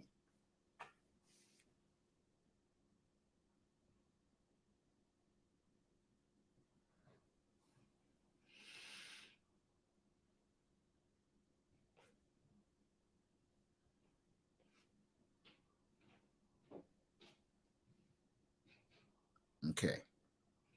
So I ain't gonna ask us any questions because every time I say, is it any questions, I get something so crazy. I just tonight, I I won't stand for the bullshit. Not tonight. I just can't stand for the fantasy. We so faked out. We believe anything now. I just won't do it, man. I won't do it. I won't play nice with others that tell each other lies like that. Until you come at me with some hardcore facts where you got me like, I'll take that. Not one person has hit me with no hardcore facts yet. And I just proved that tonight. I asked about the chemtrails, and over 20 people gave me over 20 answers of why they do it and where they come from. What does that tell you? All right. I'm going to let y'all rest on that. Everybody have a wonderful, happy, what is today? It's Saturday. It's Sunday now. Have a wonderful, happy Sunday. I'll be letting another video go and release tomorrow. So y'all might want to see that. All right, save some money. Lair Farmer 73. I love y'all. Let me get something straight before I leave. I love y'all. I don't hate nobody. I love y'all. And that's why I be like, man, we got to fix this nonsense. Because you know what I could do? Think about this. I could use my platform to spread as much nonsense at this, having these subscribers. I could spread as much nonsense as the next guy. Oh, I would be good at it too. I would be good at it. I would get tons of views, if not millions of views. I don't want to do that, man. It's enough people out there doing that already. If I didn't care for nobody, I would do that. Oh, I would. Oh, I can make up a good story about some werewolves and vampires and stuff. I can make up all that stuff. But man, it ain't helping our people, man. This rhetoric and these lies and these conspiracies are not helping our people. It's keeping us in the dark and keeping us confused. And the more confused we are, the more they sit back and make money, giggle, and laugh at how stupid we are. Like, look at them. Oh my God. Look at that craziness.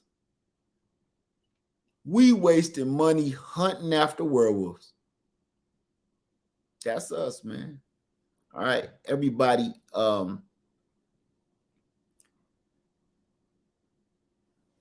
Everybody have a wonderful night. All right.